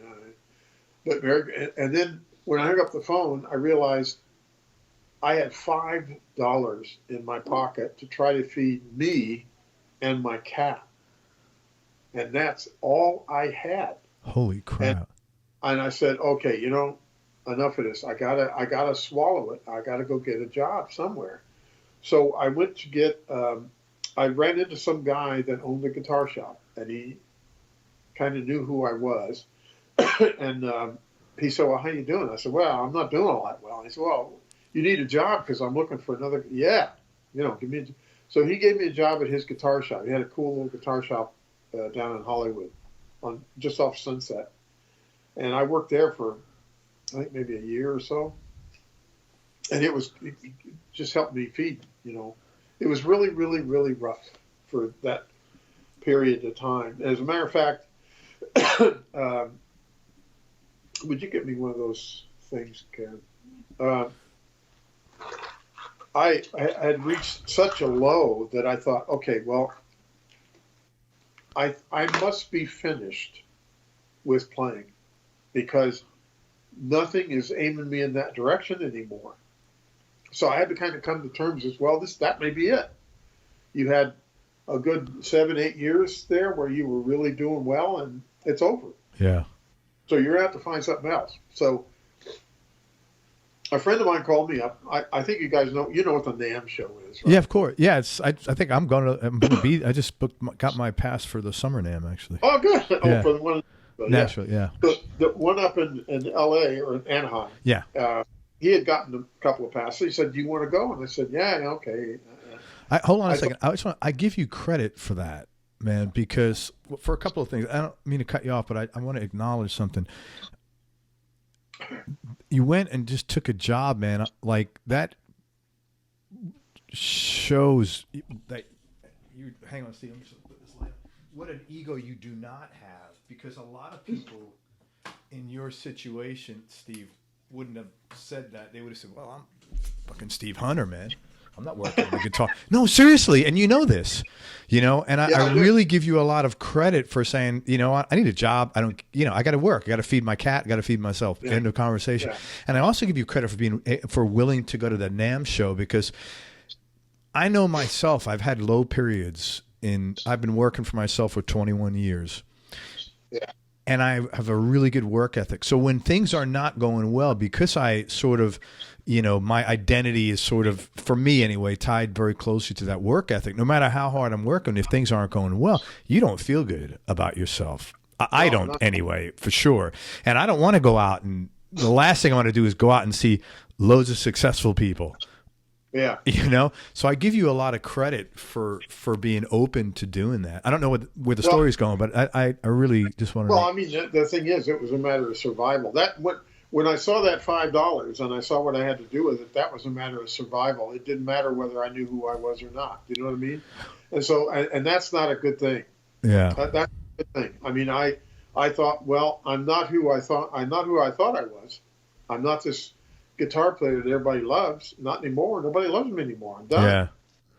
So I got to find something else to do. So anyway, the reason I bring up the NAMM show is because I thought, well, maybe there's all these product guys out there. Maybe I can be a product specialist. Or maybe I can be somebody who shows demos. Shows something. Yeah.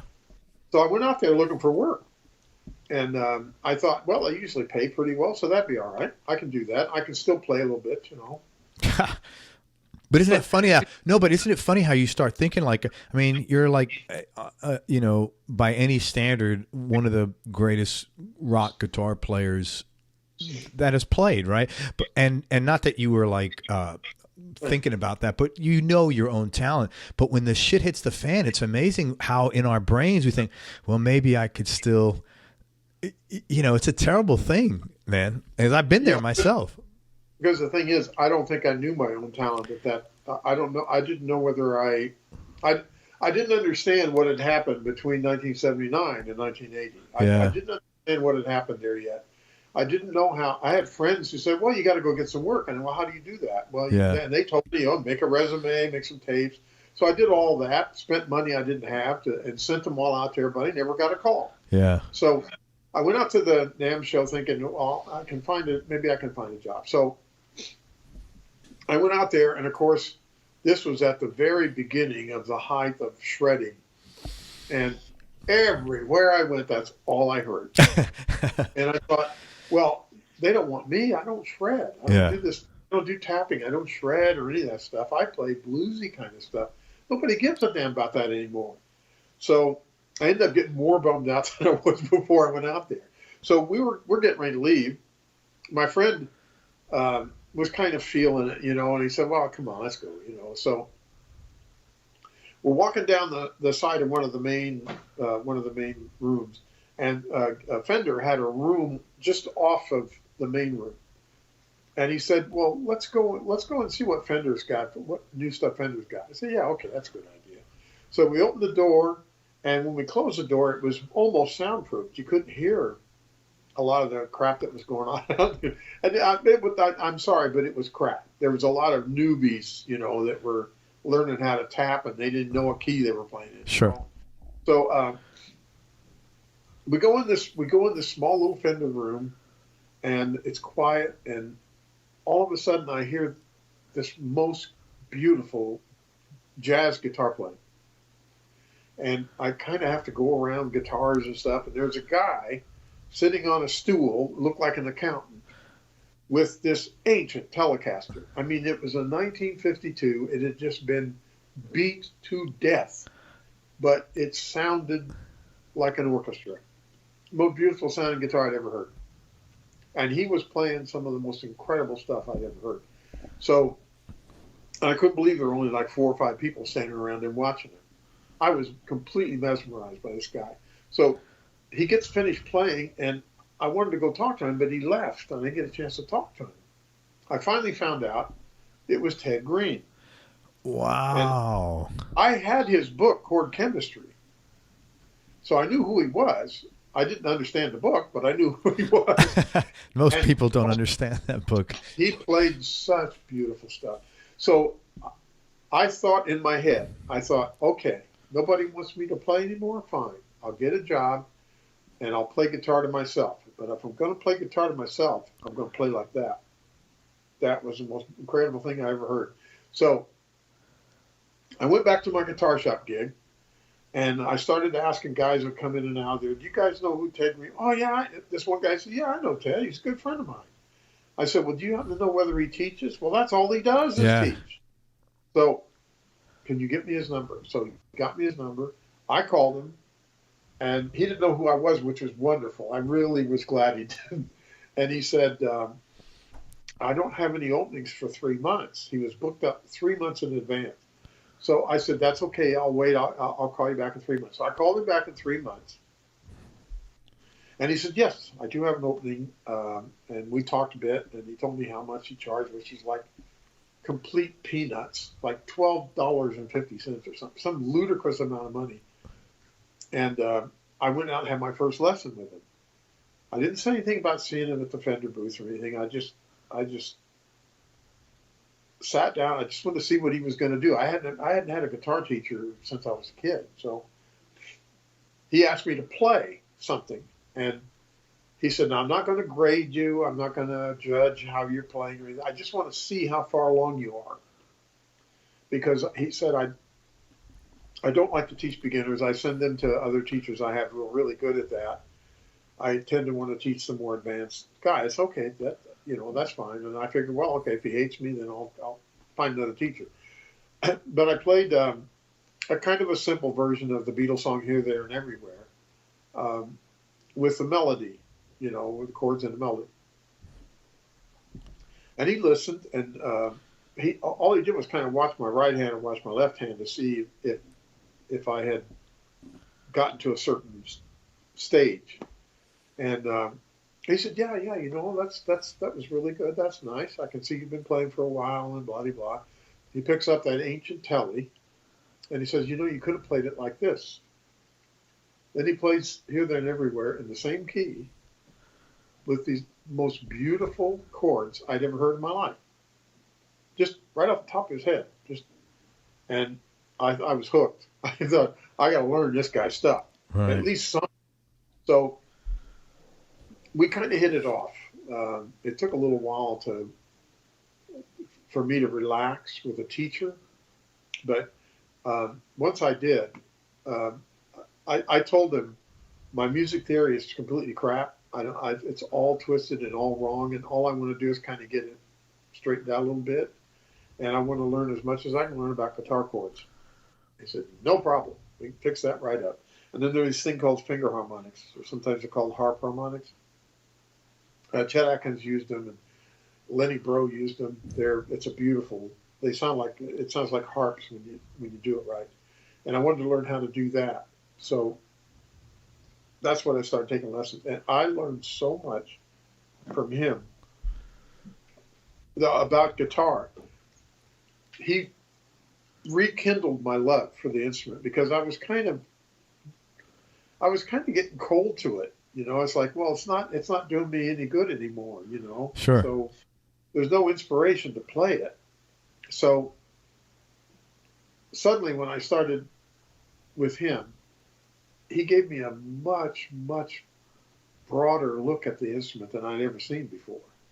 I had been kind of narrowed down to blues rock, and now he's saying, well, yeah, blues rock is great. I love Albert King, and he was a huge Jimi Hendrix guy, which you'd never suspect, Here he is playing, Ain't Misbehavin', and he's a huge Jimi Hendrix fan.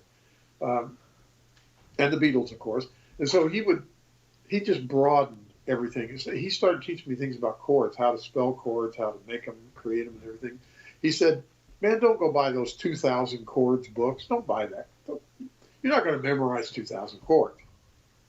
But I'll teach you how to make them. And then, if you see one on a chart you haven't seen before, you'll know how to make it. You won't have to try to remember. And that was like every lesson was worth 10 times what I paid him. You know what I mean? So I had this. He brought the joy back for me. That's so cool. Oh, it's very cool, man. I mean, there's stuff I learned from him I'm still using today. I use all the time. There was stuff he showed me that I used in blues gigs, that I did. Did you call? You could have called Jack Bruce and said, "Hey, man, I know these things now." I would love to say, "Hey, Jack, I know how to make them now." A little late. Well, that was such a good story that you said. You told, give me the top. He wrote the chords. That was such a great story, man. That was really clever. Well, and in a sense that it's very similar to what I was being taught. I mean, as chords extend, as you add more and more stuff to them, you're actually making polychords. You're making a triad here, and you're adding a new triad on top, and that creates the extended jazz chord. A lot of times it's just got another triad on top, So I was kind of on the right track. Yeah. but I didn't know it. I mean, I didn't know what the hell I was doing. But once I learned how to spell chords, which is what he calls them, he calls it spelling chords. There was no chord on the planet that scared me anymore. None. That's cool. Yeah, it was the coolest thing ever. And he and I became really good friends. The day he passed away was the most horrible day. I hadn't seen him in a while because I wasn't able to drive to go out and have a lesson with him. So I hadn't seen him in a while. Every once in a while, I was teaching at MI at the time, and he... Did he get you that gig? No, actually, Steve Vai got me that gig. Oh. Steve Vai. So that's another story. Wait a minute. So how long did you study with Ted for? Off and on for about 4 years. And during that time, you connected with Vi, and he hooked you up with MI. So you got your career as your enthusiasm, which is probably a good time for your students there because you're feeling good about guitar again, and now you're. Well, I don't know. I don't know. I don't remember exactly how it happened. I think somebody told me that MI was looking for another teacher, and it was getting close to the beginning of the next semester, and they needed somebody like right away. So I had called Beth Marlis, who was in charge of the guitar department, but she really didn't know who I was, and that's okay. There's a lot of people don't know who I am. Sure. So I thought, well, okay, maybe I'll call Steve because I know Steve has done a lot of stuff at MI. So I called Steve and I asked him, I said, Steve, do you know Beth Marlis? Oh, yeah, sure. Well, she doesn't know. Can you help me? Maybe you could say a word or something. Oh, yeah, no problem. So he called her up. I don't know what the hell he said, but boy, she called back right away. And you got the job. I went in on Friday and started teaching on Monday. Oh, so, great. So that pulls you out of the financial funk as well. Well, very slowly I was working my way out. I mean, I did other gigs too. I did other horrible jobs. I did some telemarketing for a while and all kinds of really crappy gigs, But I was very slowly working my way out of the hole. And it was good. I still, though, for the longest time, I mean, I think there's still a bit of that in me now because it was so traumatic. I never thought about anything. I never thought about, well, this could end. This could just suddenly end. And I thought, well, people call me and I get the gigs and I try to deliver what they want and everybody seems happy and I get the gig again. That's great. I thought that's all you did. I didn't know how to hustle up work. Well, sure. Very few musicians. Well, now I think people are more aware of it because no one's calling people at beginning. Let me ask this: hindsight 2020. When you're going through, when you're in this shit, you're sitting there often saying, "Man, why is this happening?" Yeah. At the end, did anything transpire, or were you able to somehow say, "Man, I went through this because." Get my enthusiasm back. Was there any justification or reason why, or something? Was there anything you got out of that experience? Yeah, that's a really tough question because I don't know whether it's me just being ignorant or just not really. I couldn't figure out what I had done wrong because I didn't figure. You can't say that everybody else is wrong, right? So you immediately. Well, you can. You can, but you ain't gonna fix anything. No, that's not it. You ain't gonna learn anything that way. And what the hell did I do wrong? Right. I don't think I was overconfident, or I don't think I was arrogant, or I don't think I was putting people off, or any of that stuff.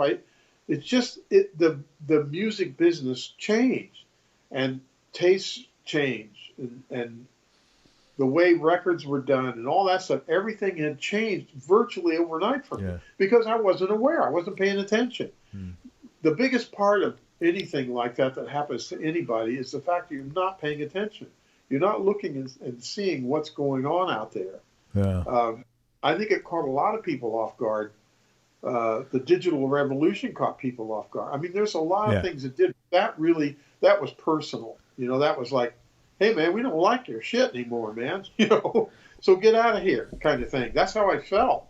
Well, I spent weeks and months trying to redefine myself or find if I could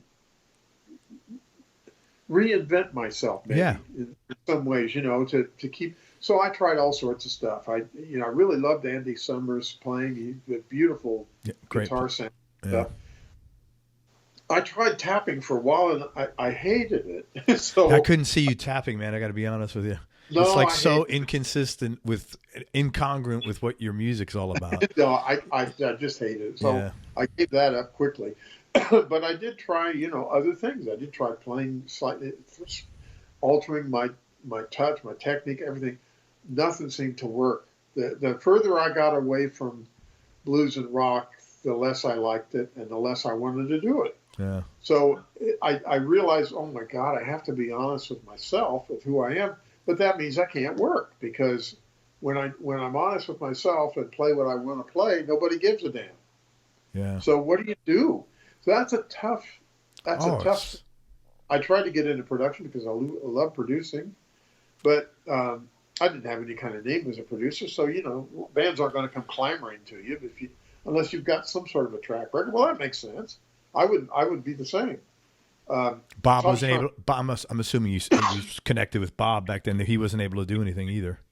No, I mean, he was going through some things too that I didn't even know about. Yeah. I didn't even know he was having. I don't think he was having a rough time, but I just think he was trying to find himself a little. I don't really know what happened. I never heard from him for the longest time, so I don't know what he was doing. And so I figured, well, okay, maybe he's going through the same thing I'm going through. Sure. I don't know. I never did ask him because I just figured, it's none of my business. He's doing well now. He's doing better now than he ever has. So, but what it did do is the hardest thing it did was that it shook my confidence in my own playing, and that hurts because you don't know how to fix that. You can sit and practice till you're blue in the face, but that doesn't mean people are going to like you playing. Sure. So, or you could be a NAMM show guitar player and just go to the NAMM show once a year or twice a year and do all your NAMM show licks, But I didn't want to do that either. So, anyway, the hardest part was to try to get that confidence back. And I tell you, the one thing that actually helped me get my confidence back was Miles Copeland in 1989, I think, 87, not 87, 86, 87, created a label called No Speak. Excuse me, it's my throat again. That was an all-instrumental label. And he was signing up these guitar players from the 70s. And I saw it in the LA Weekly. It was a great big full-page thing about Miles Copeland doing this. He's looking for 70s guitar players. Hey, that's me. So give me one of those things, would you, honey? A glass of water or something? Sorry, man. No, man, you're totally cool. I'm not a good speaker. Dude, this is great. Are you kidding me? This is like awesome. Just be you, man. This is great. Anyway, when I saw that page, I thought, oh my God, I got to call this guy. So I called him, and he said, well, if you got a tape, put together a tape and a resume and send it over here, and I'll have a look at it. Wow, really? Cool. So I put together a tape of stuff, and I sent it over to him, and he called me. And I went over to see him, and Miles, if anybody's ever known Miles, he is most definitely no bullshit. So I'm sitting there, and he says, okay, I love what you did, except this one thing. And he was playing things, and he said, I don't like that in there, but I love this. And he was going through everything, and he said, you want to do a record? Well, fuck yeah. You know? Nice. And the wonderful thing was, he says, do you have some songs? Do you have enough songs to do an album? I said, oh, yeah. Well, that was a lie. I had one song. But he says, all right, well, look, man, I want this out in 2 weeks. So you're going to have to get into the studio and get this done. And I said, I'm there, you know. So he gives me some sort of budget. I don't remember what the budget was, but he gives me a budget. I go into this wonderful studio. It's called Amigo Studio. It's not there anymore. It's in the Valley, Los Angeles. And recorded all the basic tracks in 2 days, and then finished out the overdubs in 3 days. And you had just written, I mean, you literally wrote this on the fly. I wrote it in a week. Wow. I had one song, and I wrote, I think, 8 others or 9 others. And we mixed it the next week. And he listened to it. He said, yeah, I like it, but I think it's a little short. Can you write? Did you have another song? I said, yep.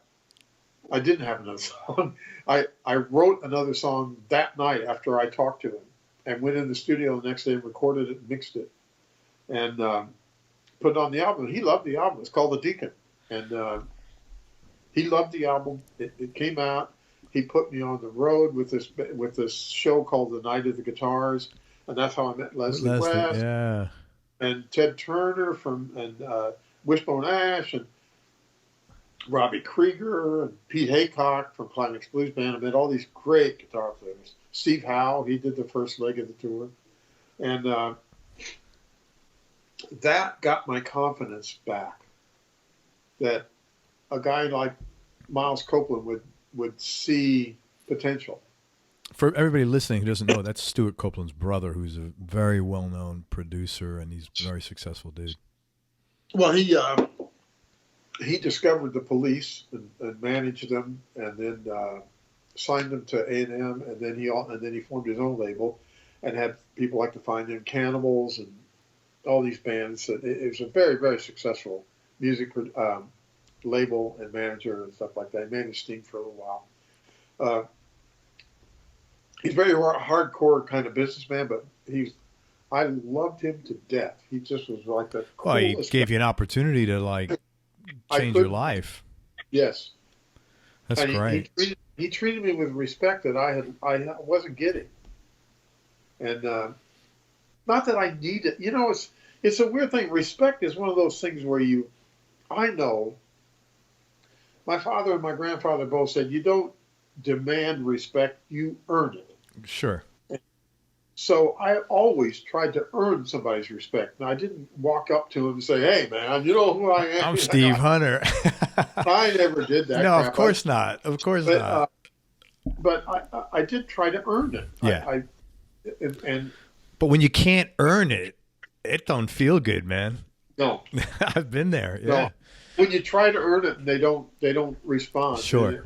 It really flattens you. Yeah. You know?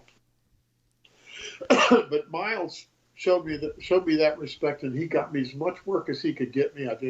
I did some like B-movie film score things and stuff, and I mean he was terrific, man. That's great. Yeah. So it kind of got me off my ass and shoved me along again. It was great. That's wonderful, man. Good story. Thank you for sharing that. Yeah, you know, many guys that were, funny enough, the hair metal guys from the 80s that I've interviewed had the same problem when grunge came in the 90s. Exactly. Yeah, I totally believe it. And they said the same thing you did. It was like one day, you know, I'm the most popular guy in town, and the next day the phone, that's the word, the phone stopped ringing. It just stopped. I checked it to make sure I paid my bill. You know? Yeah. Is it disconnected? Did I kick it out of the wall or something? Right. No, it just ain't ringing no more. Right. That's happened.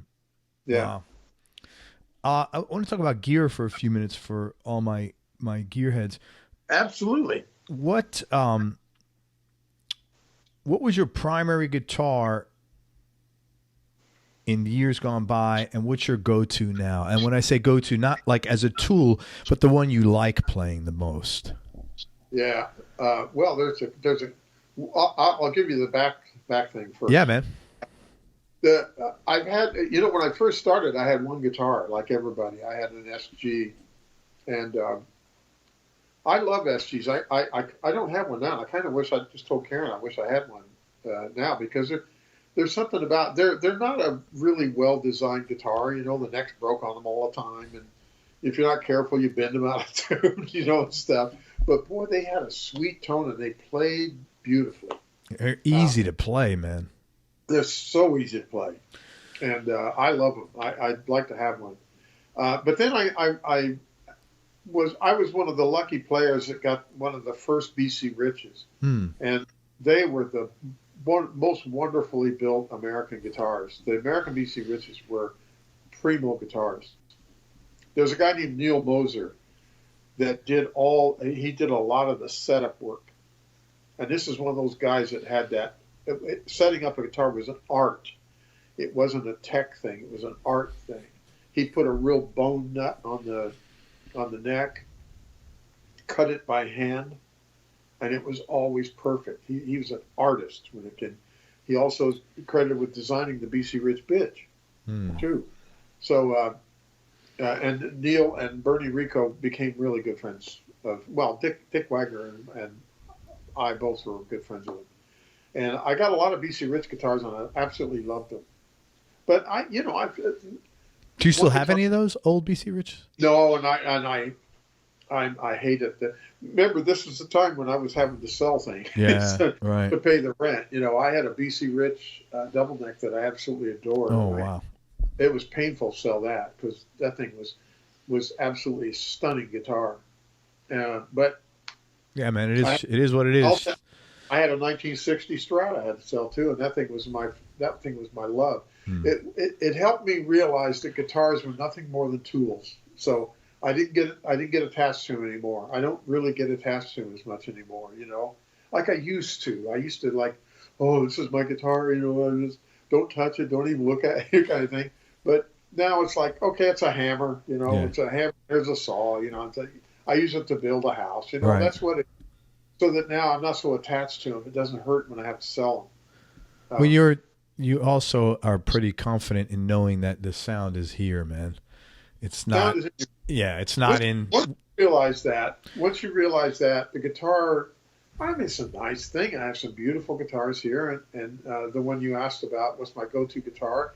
I have two particular ones that I go to for most things.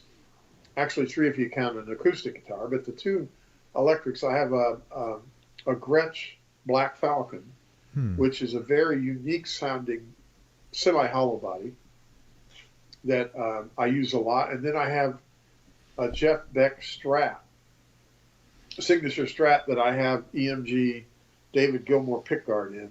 Oh, and very, man. That's my work. That thing loves computer plugins, just loves them. I just put the EMGs in here. They're fat. They call them Fat 55s. They're basically PAFs. Oh, yeah? Oh, my God. Yeah. Oh, my God. They make great pickups, man. They really do. I told Rob, I said, it's like all of a sudden the tone knob goes to 20. Yeah. I mean, it's like you have so much. It's just crazy how much bigger the sound is, man. Yeah. Wow. Well, this David Gilmour Strat pickguard assembly it's just magnificent. That's the one I'm going to get next. Yeah, you got to get that. It's really wonderful. It's active, obviously, so it has a 9-volt battery and stuff, but thing sounds fabulous. In fact, just about everything you heard on Before the Lights Go Out, all of the solos were done on the Beck, and a big majority of the rhythm guitars was done on Blackie, my Black Falcon. Wow. Those two guitars. Now, the acoustic guitar that on Tiananmen, I used to call it Tiananmen Square just as a joke. Tiananmen Corazon. Yeah, Tiananmen Corazon. That was a Godin. Okay. And what was the slide done on? The slide was done on a Strat. Remember we talked about it. It was a Strat, but I don't remember whether it was a Squire Strat. You know, it's funny. You mean on Bodhi Tree. everybody poo-poos the Squires, but two of the best players I know, you Yeah. and Jack Pearson. Do you know Jack Pearson? No, I don't know him. He played with the Allman Brothers for 3 years. He's a Oh, Nashville good, cat, okay. but I mean, he literally plays 24/7. Yeah. And he'll say, "Hey, man, I got my Squire. It cost me $80. You know." On the tour with Tracy Chapman, the entire tour, all I played, the only electric guitars I played were two Squire Strats. Yeah, that's it. a it. great That's all and that's a great commercial for Squire. Yeah. Seriously. Well, they better give me another one then, damn it. I'm trying, man. I'm trying. I can only do so much. You got to listen. No, I'm a Gretsch guy now. I endorse Gretsch guitars. You do? Okay, cool. Yeah, I'm all cool with that. But the Squires were really. I still have a couple of prototypes they made for me, and I still use them. So, that's great. But the Jetpack Strat's definitely my go-to. I wouldn't mind having another one. Is that the custom? Because I have that white guitar. There's a Jeff, but it was I got it for like $1,100. It's not like there's two levels. There's and then there's the high one. Well, I don't remember what I paid for this one. I bought it from Fender, but I don't remember what I paid for it. It's the Seafoam Green. Yeah, he takes two: the Seafoam Green and then the Olympic White. The Alpine White. Yeah. The Alpine White. Yeah, that's right. Yeah. Very cool. I'd like to have an Alpine White one. So. You need one. Hey, Fender. So let everybody know out there, my birthday's coming up. In 1 week, 71. Yeah, an Alpine Strat would be nice. I'm feeling it, man. I thank you very much. So, what, man? Name some guitarists that you've enjoyed playing with. Oh, other guitarists. Yeah. Well, the first that comes to mind is Dick Wagner because sure. we did so much stuff together. It's funny, as personality-wise, we were like almost opposites. Really? Yeah, but I think that worked to our favor because when we played together, we kind of played, like if I played down here, Dick would play up here. If I played up here, he would play down. It was like this weird thing we had where we almost never had to think too much about what the other guy was playing. That's great. It's like a marriage almost. It was absolutely. Yeah. It was absolutely a good marriage. I mean, we could phrase things almost identically. When we doubled lines, it sounded like one guy was playing. That's cool, man.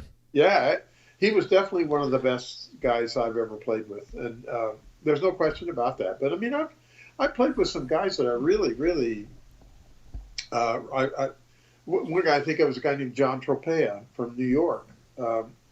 This guy, you talk about a dedicated player. He had broken his left wrist, and he made the doctor put the cast on in such a way that he could still play guitar.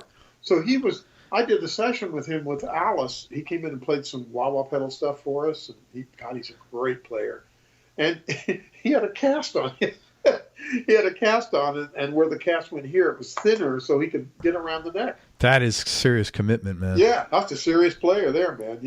But I've got to play with, through my life, I've got to play with some absolutely great players, no question about it. They're just,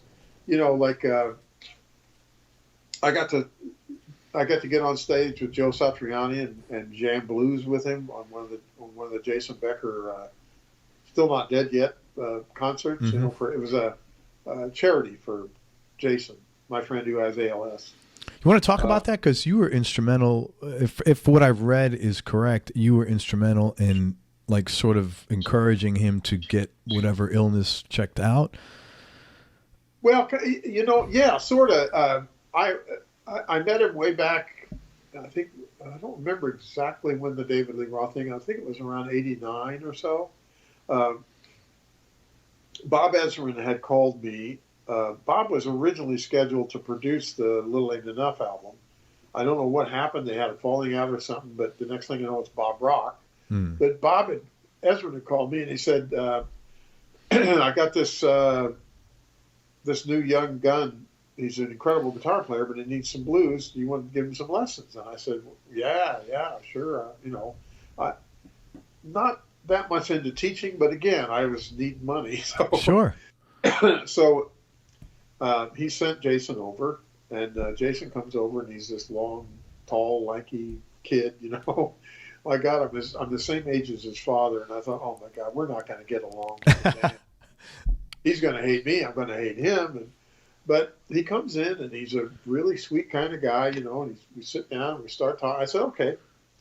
Bob tells me you want to learn some blues. He says, yeah, you know, I love blues. I said, well, all right, well, who's your favorite player? And he said, Stevie Ray Vaughan. And I thought, okay, well, we got a common ground there because I had every Stevie Ray Vaughan album. I loved that guy. I saw him a couple of times live, and he was monstrous. So we started talking about Stevie Ray, and I said, okay, well, would you like to hear where Stevie Ray got some of his stuff? And he said, well, yeah, sure, you know. And I said, all right, well, you got to listen to this guy. His name is Albert King. Yeah.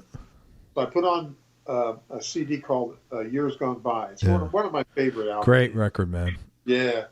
And so I put it on, and from the first note, he said, oh, my God, this guy's amazing. I said, yeah, that's where Stevie got it, you know. And he could hear the closeness of Stevie Ray, what Stevie Ray had learned from Albert King, you know. I mean, Stevie Ray made it all his own. But it's Albert King, of course, yeah. Yeah, you could hear 100%, yeah. So I gave him the CD, and from that moment on, he and I were best friends. Best friends. So one day, he was coming in. He came into lessons about once a week. You were in L.A. at the time? Yeah, I was still living in L.A. I lived there for 30 years. Yeah. I was living there a long time.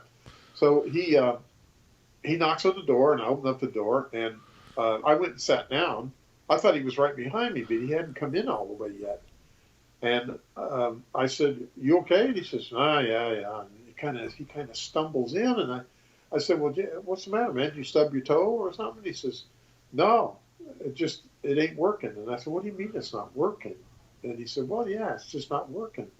I said, "Well, man, you know, you should really get that. Are you going to get that checked out? That's kind of weird." And he said, "Yeah, I got a doctor's appointment later on in the week, you know, and stuff." And then I never heard any more about it. And I think one of the times after he had seen the doctor, I asked him, "Have you found out anything about it?" He said, "No, they don't know what's going on."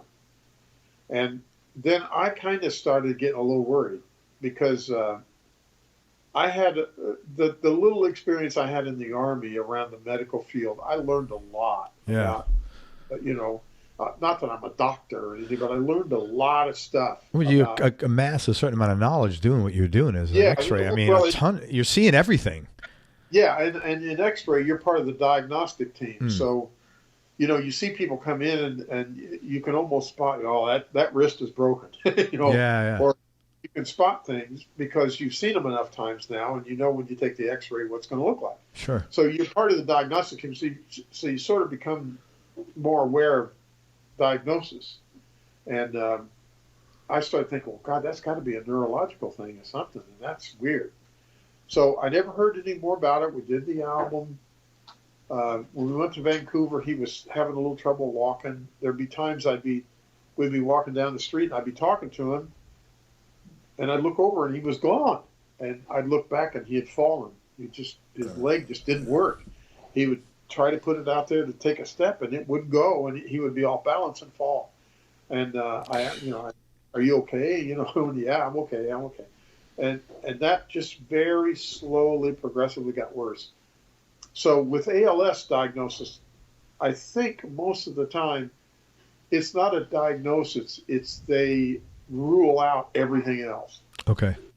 So they were ruling out MS and, you know, all these other they knew it was neurological, of course, after a time. But they couldn't pinpoint what it was, so they just kept ruling out all this stuff until it landed on ALS. And they tried a bunch of things. When I was in Vancouver with him, I had learned how to give shots and injections and stuff. So he was being injected with B12, and I was injecting it in his leg, in his thigh, injecting B12 to try to make him feel better. Yeah. You know, and I think it worked. I think it did make him feel a little bit better, but of course it didn't do anything about it. Yeah, for the condition. It's so bloody sad because I wasn't, by that time I was fed up with shredding. You know, okay, big friggin' deal. I don't give a damn how fast you can play. Doesn't mean anything to me. Leave me alone. But Jason and Marty Friedman too. The two of them brought something new to shredding that I hadn't really heard before. Their shredding stuff was more melodic, and the thought process going into the arpeggios and things like that they did was different than any of the. In other words, they didn't sound like they were doing it to show off. They sound like they were doing it to find something. Yeah. There was a musical purpose to it, which I hadn't heard up until then, other than maybe Eddie Van Halen. I mean, Eddie, I kind of feel bad for Eddie in a way because it's like, hey, Eddie, it's your fault, all this. Yeah. But it's not. He just what he did was he found a new way of doing something. That's what he did, and he was great at it. And but to me, he still kept a little blues in it. There was still totally. Stuff in it. And that's why I could listen to him and I could love him, and others I didn't like. Well, that's why he sold a lot more records than most of these other guys. Yes, yeah. And but anyway, so Jason and Marty Friedman had brought something new to it, and I said, "Wow, this is good." You know, I mean, I have to say this is good. Maybe this is not something I'd listen to all day long every day, but when I do hear it, and when he would do it in front of me, I said, "Oh my God, that's fabulous!" You know, it was really beautiful stuff he was doing. And the other thing about Jason is he had this really broad love of music. It wasn't just shredding.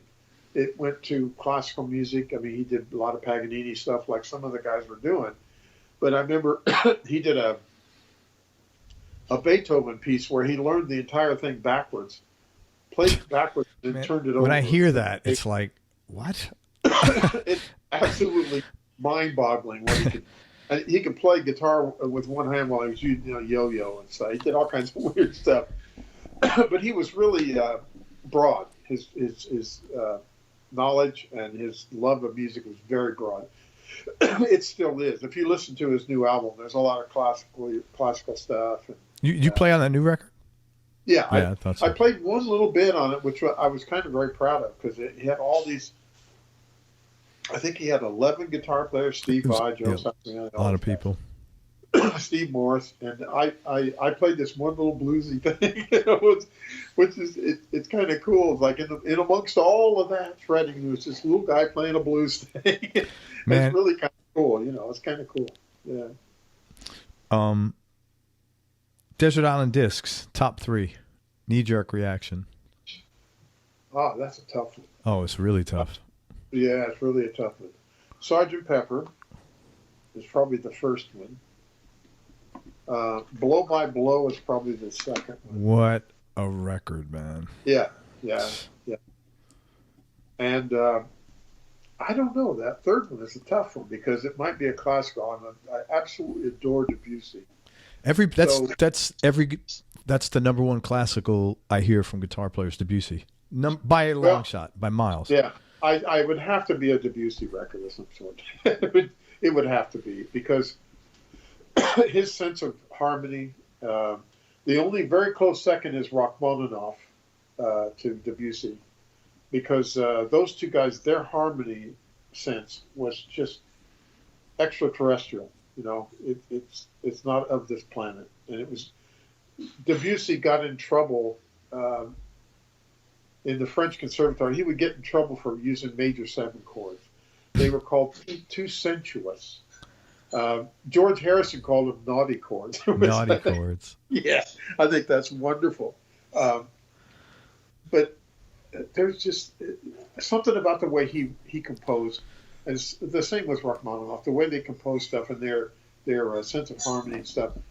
I could never get tired. I don't know how many times I've heard Afternoon of a Faun. I don't know how many times I never get tired of it. That's what I'm going to listen to because I got to start checking this out. You got to listen. Well, that's probably the best one to listen to because it's not very long. The other one is Clair de Lune. If you want to listen to a beautiful piece, listen to Clair de Lune, the orchestra version. It was originally written on piano, but it's been orchestrated, and it's absolutely stunning for orchestra. Do you know? Do you happen to know Eddie Martinez? He was a New York session cat. Yeah, I know his name. I unfortunately I never met him, but I definitely know who he is. Yeah, super cool dude. Yeah, he. I think I interviewed Eddie this week, and he said Debussy, Afternoon of a Faun, So now I've got, this is like literally like within 2 days apart. So the universe is telling me to listen to this. I'm going to tell you something. The first time I heard it, I cried. Really? It's so powerful. Beautiful. It's so beautiful. And okay. Then Karen and I were watching, it was a YouTube video, wasn't it? YouTube video on the composer that composed West Side Story. I'm having trouble with names tonight. I'm sorry. Anyway, he's doing a master class. Bernstein? Yeah, Bernstein. He's doing a master class, and it's a YouTube video. And the master class is on Afternoon of a Faun. And he's breaking it down in the chord structure and how he composed it, and why did he go here, why did he go there. We don't know, we don't care, because it's beautiful. Yeah. You know what I mean? And he conducted the orchestra doing Afternoon of the Faun. And while he's conducting it, he's crying. Wow. Yeah. Holy man, it's the most beautiful piece. The second most beautiful to me is Clair de Lune. If you listen to that for orchestra, that's again, if you don't want to listen to orchestra, just listen to piano, listen to the harmonies. Where the chords go is just like, I never would have thought of that, and that's why I'm not Debussy.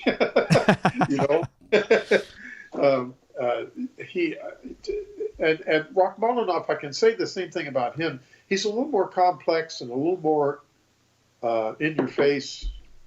He's kind of a rock classical guy almost. Where his chords go, it's mind-boggling where he goes. And he's written some beautiful pieces too. But if I had to pick between the two, it would be Debussy. I'm going to definitely check him out this weekend, man. Yeah, yeah. Steve, tough question. Yeah. What do you like most about yourself? Very little. Musicians, I like about myself that I don't like very much about myself. I don't know. I think maybe my hair. No, I'm kidding. I'm kidding. You do have lovely hair, yes. Probably what I like about myself is that I think, under most circumstances, I try to give everybody an even break. That's really cool. I try to. I don't think I succeed all the time, but I think that's something that I got from my dad. That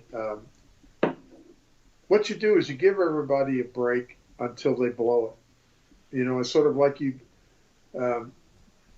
Listen, man, I'll give you all the chance in the world. You blow it, you got to start all over again. Yeah. That's very cool.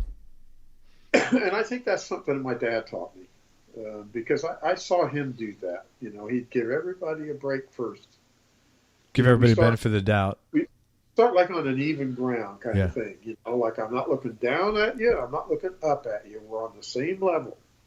Now, if it's going to stay there, that's up to you because I'll try to keep it there. Yeah. But if you start pushing it around, well, then I'm going to hit the highway because I don't have time for that. So right. Always try to do that first. You're pretty direct too. I don't think you were talking about the New York thing, but you come across like you're not going to dick around. Like no. If you like somebody, they'll know it. If you dislike them, they'll know it. Oh my God, it's hard for me to ask Karen. No, that's great. If you pissed me off, or if you treated me like shit, or if you did anything to make me lose respect for you, I can't hide it. No, I try to be nice about it, but it's hard for me to be phony. I hate phony. No, I know. Don't piss on my back and tell me it's raining. Exactly. Yeah. I can't abide that. If I had to deal with it for very long, I'd have to leave because it's just like, man, we don't have time for this. What are you doing? This is why, just be yourself. Nothing's going to happen, unless you're an asshole. Right. You're already being yourself and you're an asshole. Well, then that's it. Right. That's your monkey, not mine. Yeah. Is it tea, honey? Okay. Another cup of tea. Happiest time in your life?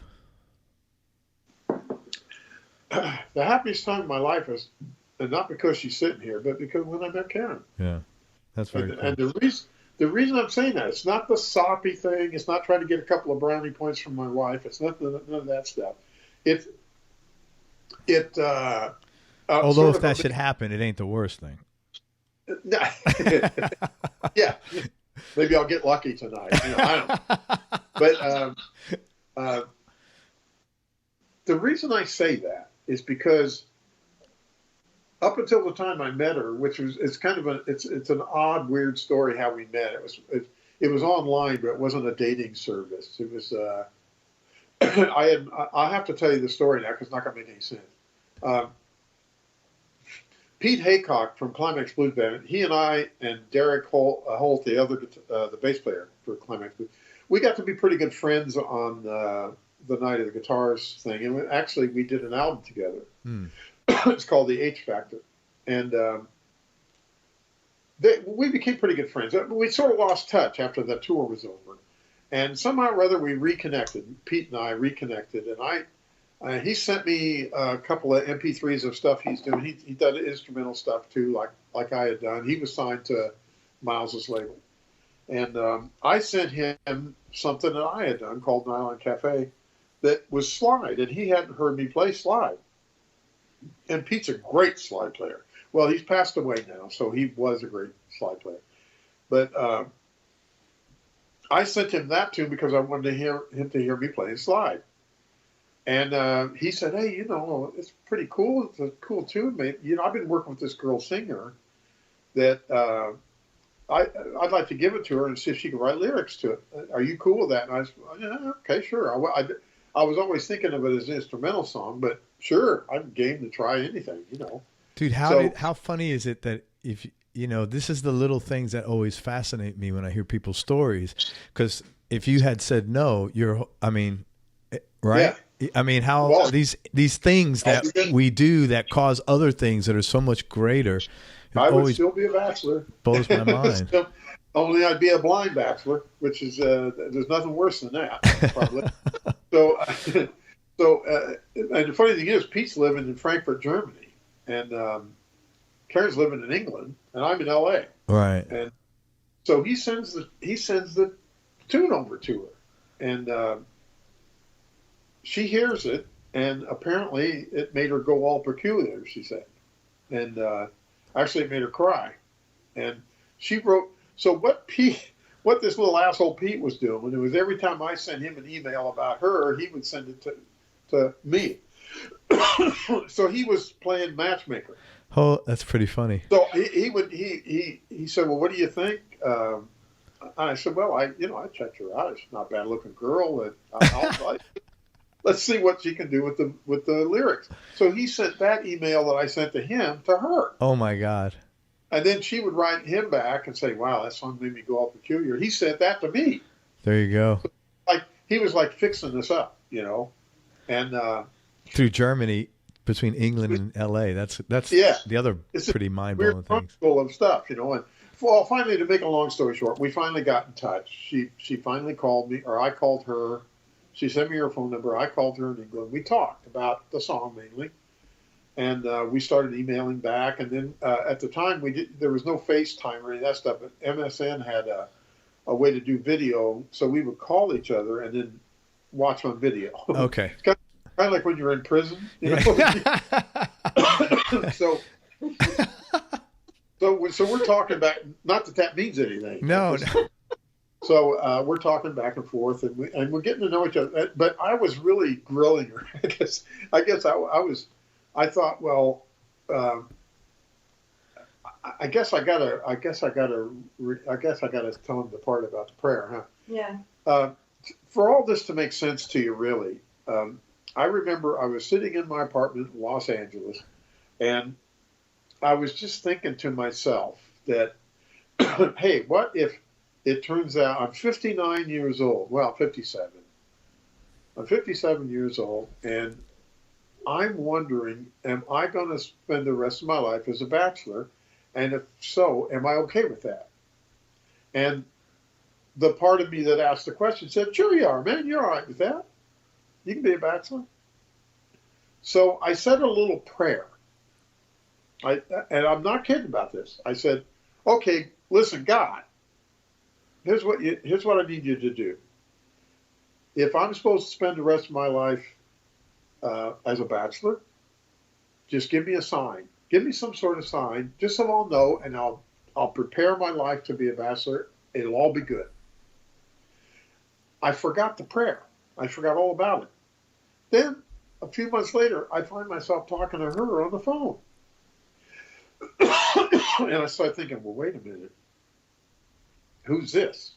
You know, I start talking to her, and we sort of got along like almost immediately. And I wasn't quite used to that. We couldn't have sex because she was in England and I'm in America. So all we could do is And you weren't used to that either, I'm sure. Definitely to that. So, usually I hop into bed, okay, now, did we get along? Or, you know, but that's not the way this would work. So it was really weird. And then she said, well, I've talked to my mother and she thinks I ought to come over and meet you because neither one of us are getting any younger. And I thought, oh my gosh, she wants to come over here already, you know, and okay, good sure. for you, Karen. That's good for you.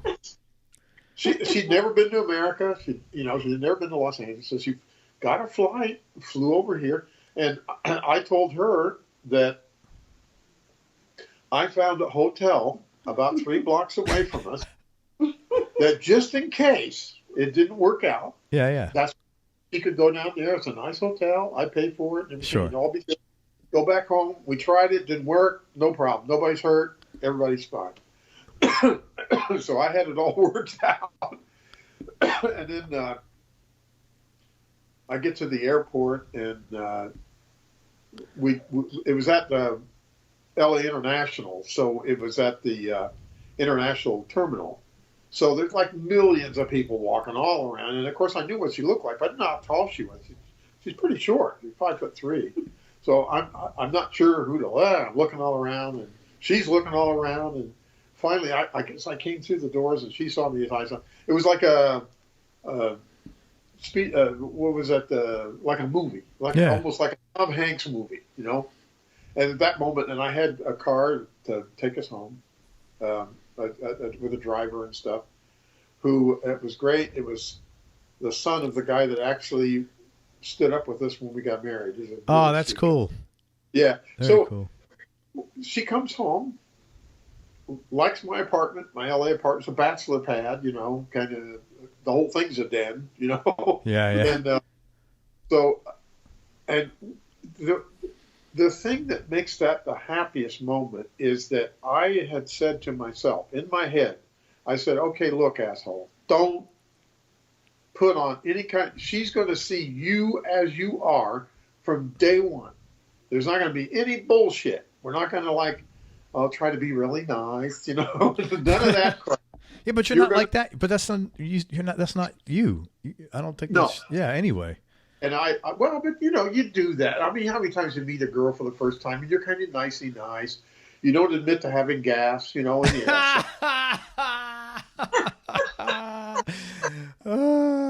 So, well, it's not going to be like that. That's great. Boy, does she have a surprise coming. We get in the door and she loves the place, and it's almost like everything was so natural and so unforced and so God, I don't know how organic. Geez, yeah. I hate that word, but it was like it's like we'd been together. Where have you been? What's taking you so long to get here? Yeah. And then falling in love was like this weird, undramatic. It was like just a natural thing, like breathing. Yeah. It was like, yeah, okay, we're in love. Let's get married. In fact, when I asked her, we were sitting on the couch, and I said, well, so you want to get married? And she said, yeah. And I said, okay, I'll go make some coffee. And that was it. You know, it wasn't any on your knee with the flowers. It wasn't any of that crap, because I wanted her to know that it's not that I don't respect that. It's just that's not me. Yeah. Man, you got to be yourself. If you can't be yourself with the person you're getting married, that's what I mean. That's a really bad start. Yeah. But the most important part of all this is that she accepted that. She accepted that that's the way I was. There was no, well, I don't like that. There wasn't any of that crap. There wasn't anything that made me feel uncomfortable, or I think making her feel uncomfortable. Right. It was like bloody natural. That it was like I expected, rockets to go on. No, it was just a natural thing. It's like, oh yeah, okay, you're the one. And then the funniest thing of all is like months later, I realized, wait a minute, I made that prayer. I asked God to show me a sign, and instead of doing that, He sent me her. Yeah. That's the answer. You're not going to be a bachelorette. You're going to marry this girl. And now you guys been together 12 Why the hell years. do you have to wait till 59? Why do we have to wait till I'm 59? Because I'll tell you why. Because I didn't know what being in love with somebody really was. I had no idea what that was. And, I think that's true of a lot of guys. I think it's a guy thing. And I don't mean any disrespect to anybody, but I think guys look so much toward the sex, that sometimes you can feel like you're in love with somebody just because the sex is so good. Right. At least it was that way with me. I'll be honest. Yeah. There were some girls, sex was just unreal, and you think, oh, it must be love. Man, I'm in such love. Wow, this is great. It starts with an L, but it ain't love. Yeah, right. But with Karen, it was just like, oh my God, this is like the coolest thing ever. This is like. It's more than the old cliche of your best friend or any of that stuff. This is somebody. It is a best friend, but it's a partner in life. Right. How cool is that? It's like the first time because I didn't really understand what marriage was all about. I had a lot of married friends. It's okay, Right. Sometimes they act like they're bored with each other. I don't want that. No, man. Yeah, and that's volunteer. And I don't understand. And it's easy for me to say because I'm not in those shoes, but I often don't understand why people suffer through that. Yeah, I don't either, man. I don't understand it either. I mean, it's like we've had rough times together. Of course, you go through years. It's not possible to not. But the thing is, I was in the hospital one time when I needed a stent put in one of my arteries. And I had gone to the hospital before on my own when I had a torn detached retina in my right eye, and I had to go to the hospital to get it fixed. I had to go to emergency surgery, and I woke up the next day in my bed by myself in the hospital, and I really felt lonely. That was the first time I really felt a special kind of loneliness. When after Karen, though. Once we got married and we were living together, when I went up to the hospital to have the stent put in, I didn't realize how utterly important it was to have her there. It was like, oh my God, this is so much easier. It's not as scary, Sure. There's somebody there when you wake up. Oh my God, that's an awesome thing. Yeah, you got a team, man. Yeah, there's a team there, and it's a team. It's a life team. It's so. And, her being a singer, she understood music lifestyle. She understood what music is about and what musicians are about and all that stuff. So she understood a lot of things that a lot of women wouldn't understand. Well, man, congratulations to you guys both. I know it's 12 years now. Yeah.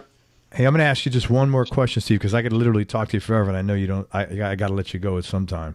And thank you, man. You've been so generous with your time, and it's been really a pleasure talking to you, man. You're really a cool dude. And I'm just sorry. I hope you can cut the coughing out. It's been great, man. Thank you, and I appreciate you sharing all your stories and being so open. It's really been very nice. So thank you, man. Yeah.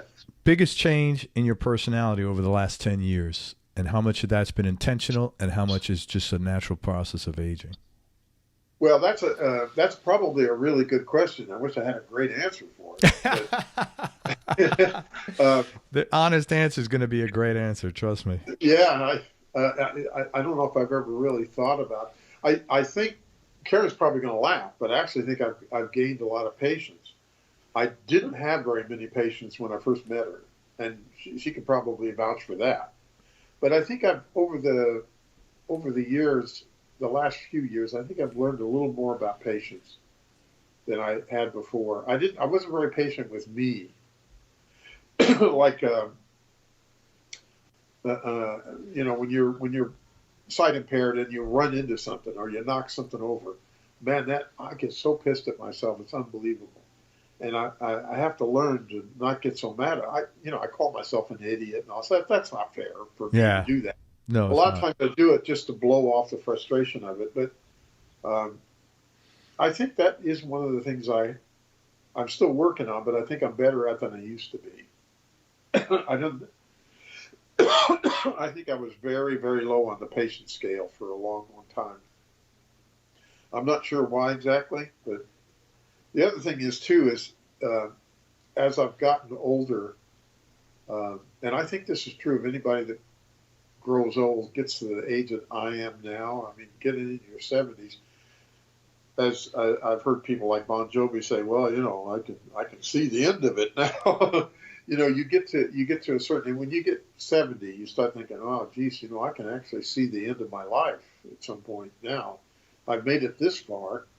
I've dodged all these bullets. I've made it this far. But, maybe I'm lucky I get another 20 years, so you can sort of see the end of it. So what happens is you start appreciating the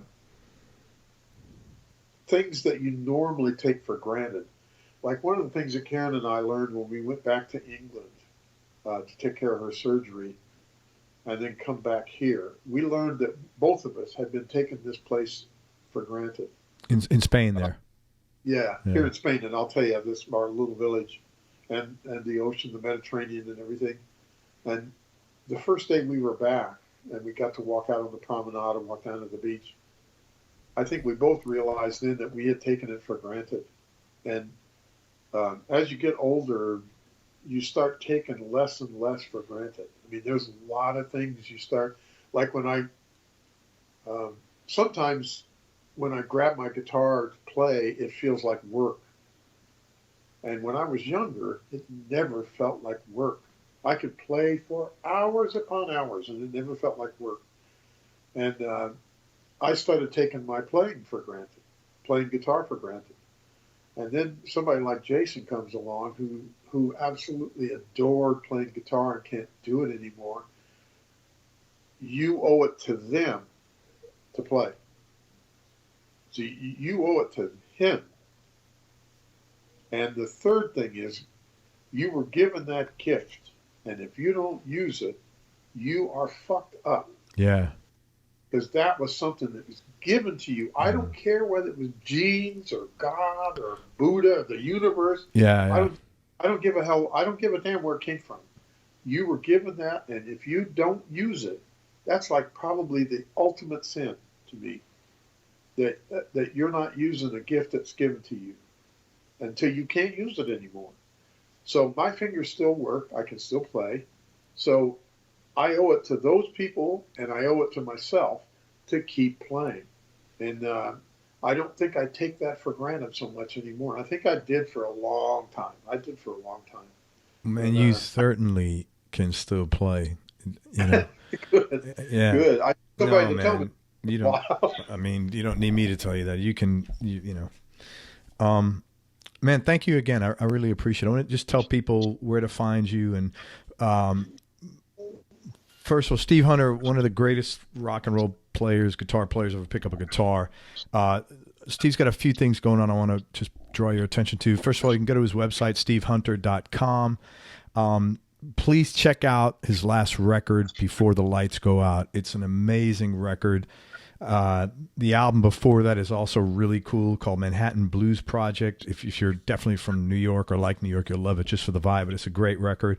He has a score out, Lovers in the Fog. He scored a a book audio actually. Audiobook, yeah. Audiobook, yeah. It's a really cool concept that he's done.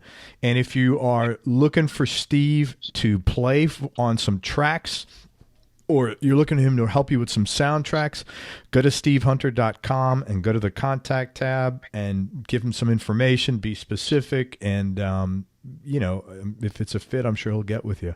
And happy anniversary and happy birthday, man. Thank you very much, man. Thank you. Thanks so much for everything. And Karen, thank you for your patience and for setting this all up. You're welcome. Man, everybody, thank you so much for listening. If you enjoyed this interview, please share it on your social media channels. We appreciate your support. Subscribe to the podcast. We appreciate it. Thanks very much to Steve Hunter for spending time with us. Man, really, I can't thank you enough. This is totally cool. Make sure you go to everyonelovesguitar.com. Sign up to get on our newsletter list so you and I can connect. And most important, remember that happiness is a choice, so choose wisely. Be nice, right? Be nice. Yeah. Go play your guitar and have fun. Till next time, peace and love, everybody. I'm out. Bye.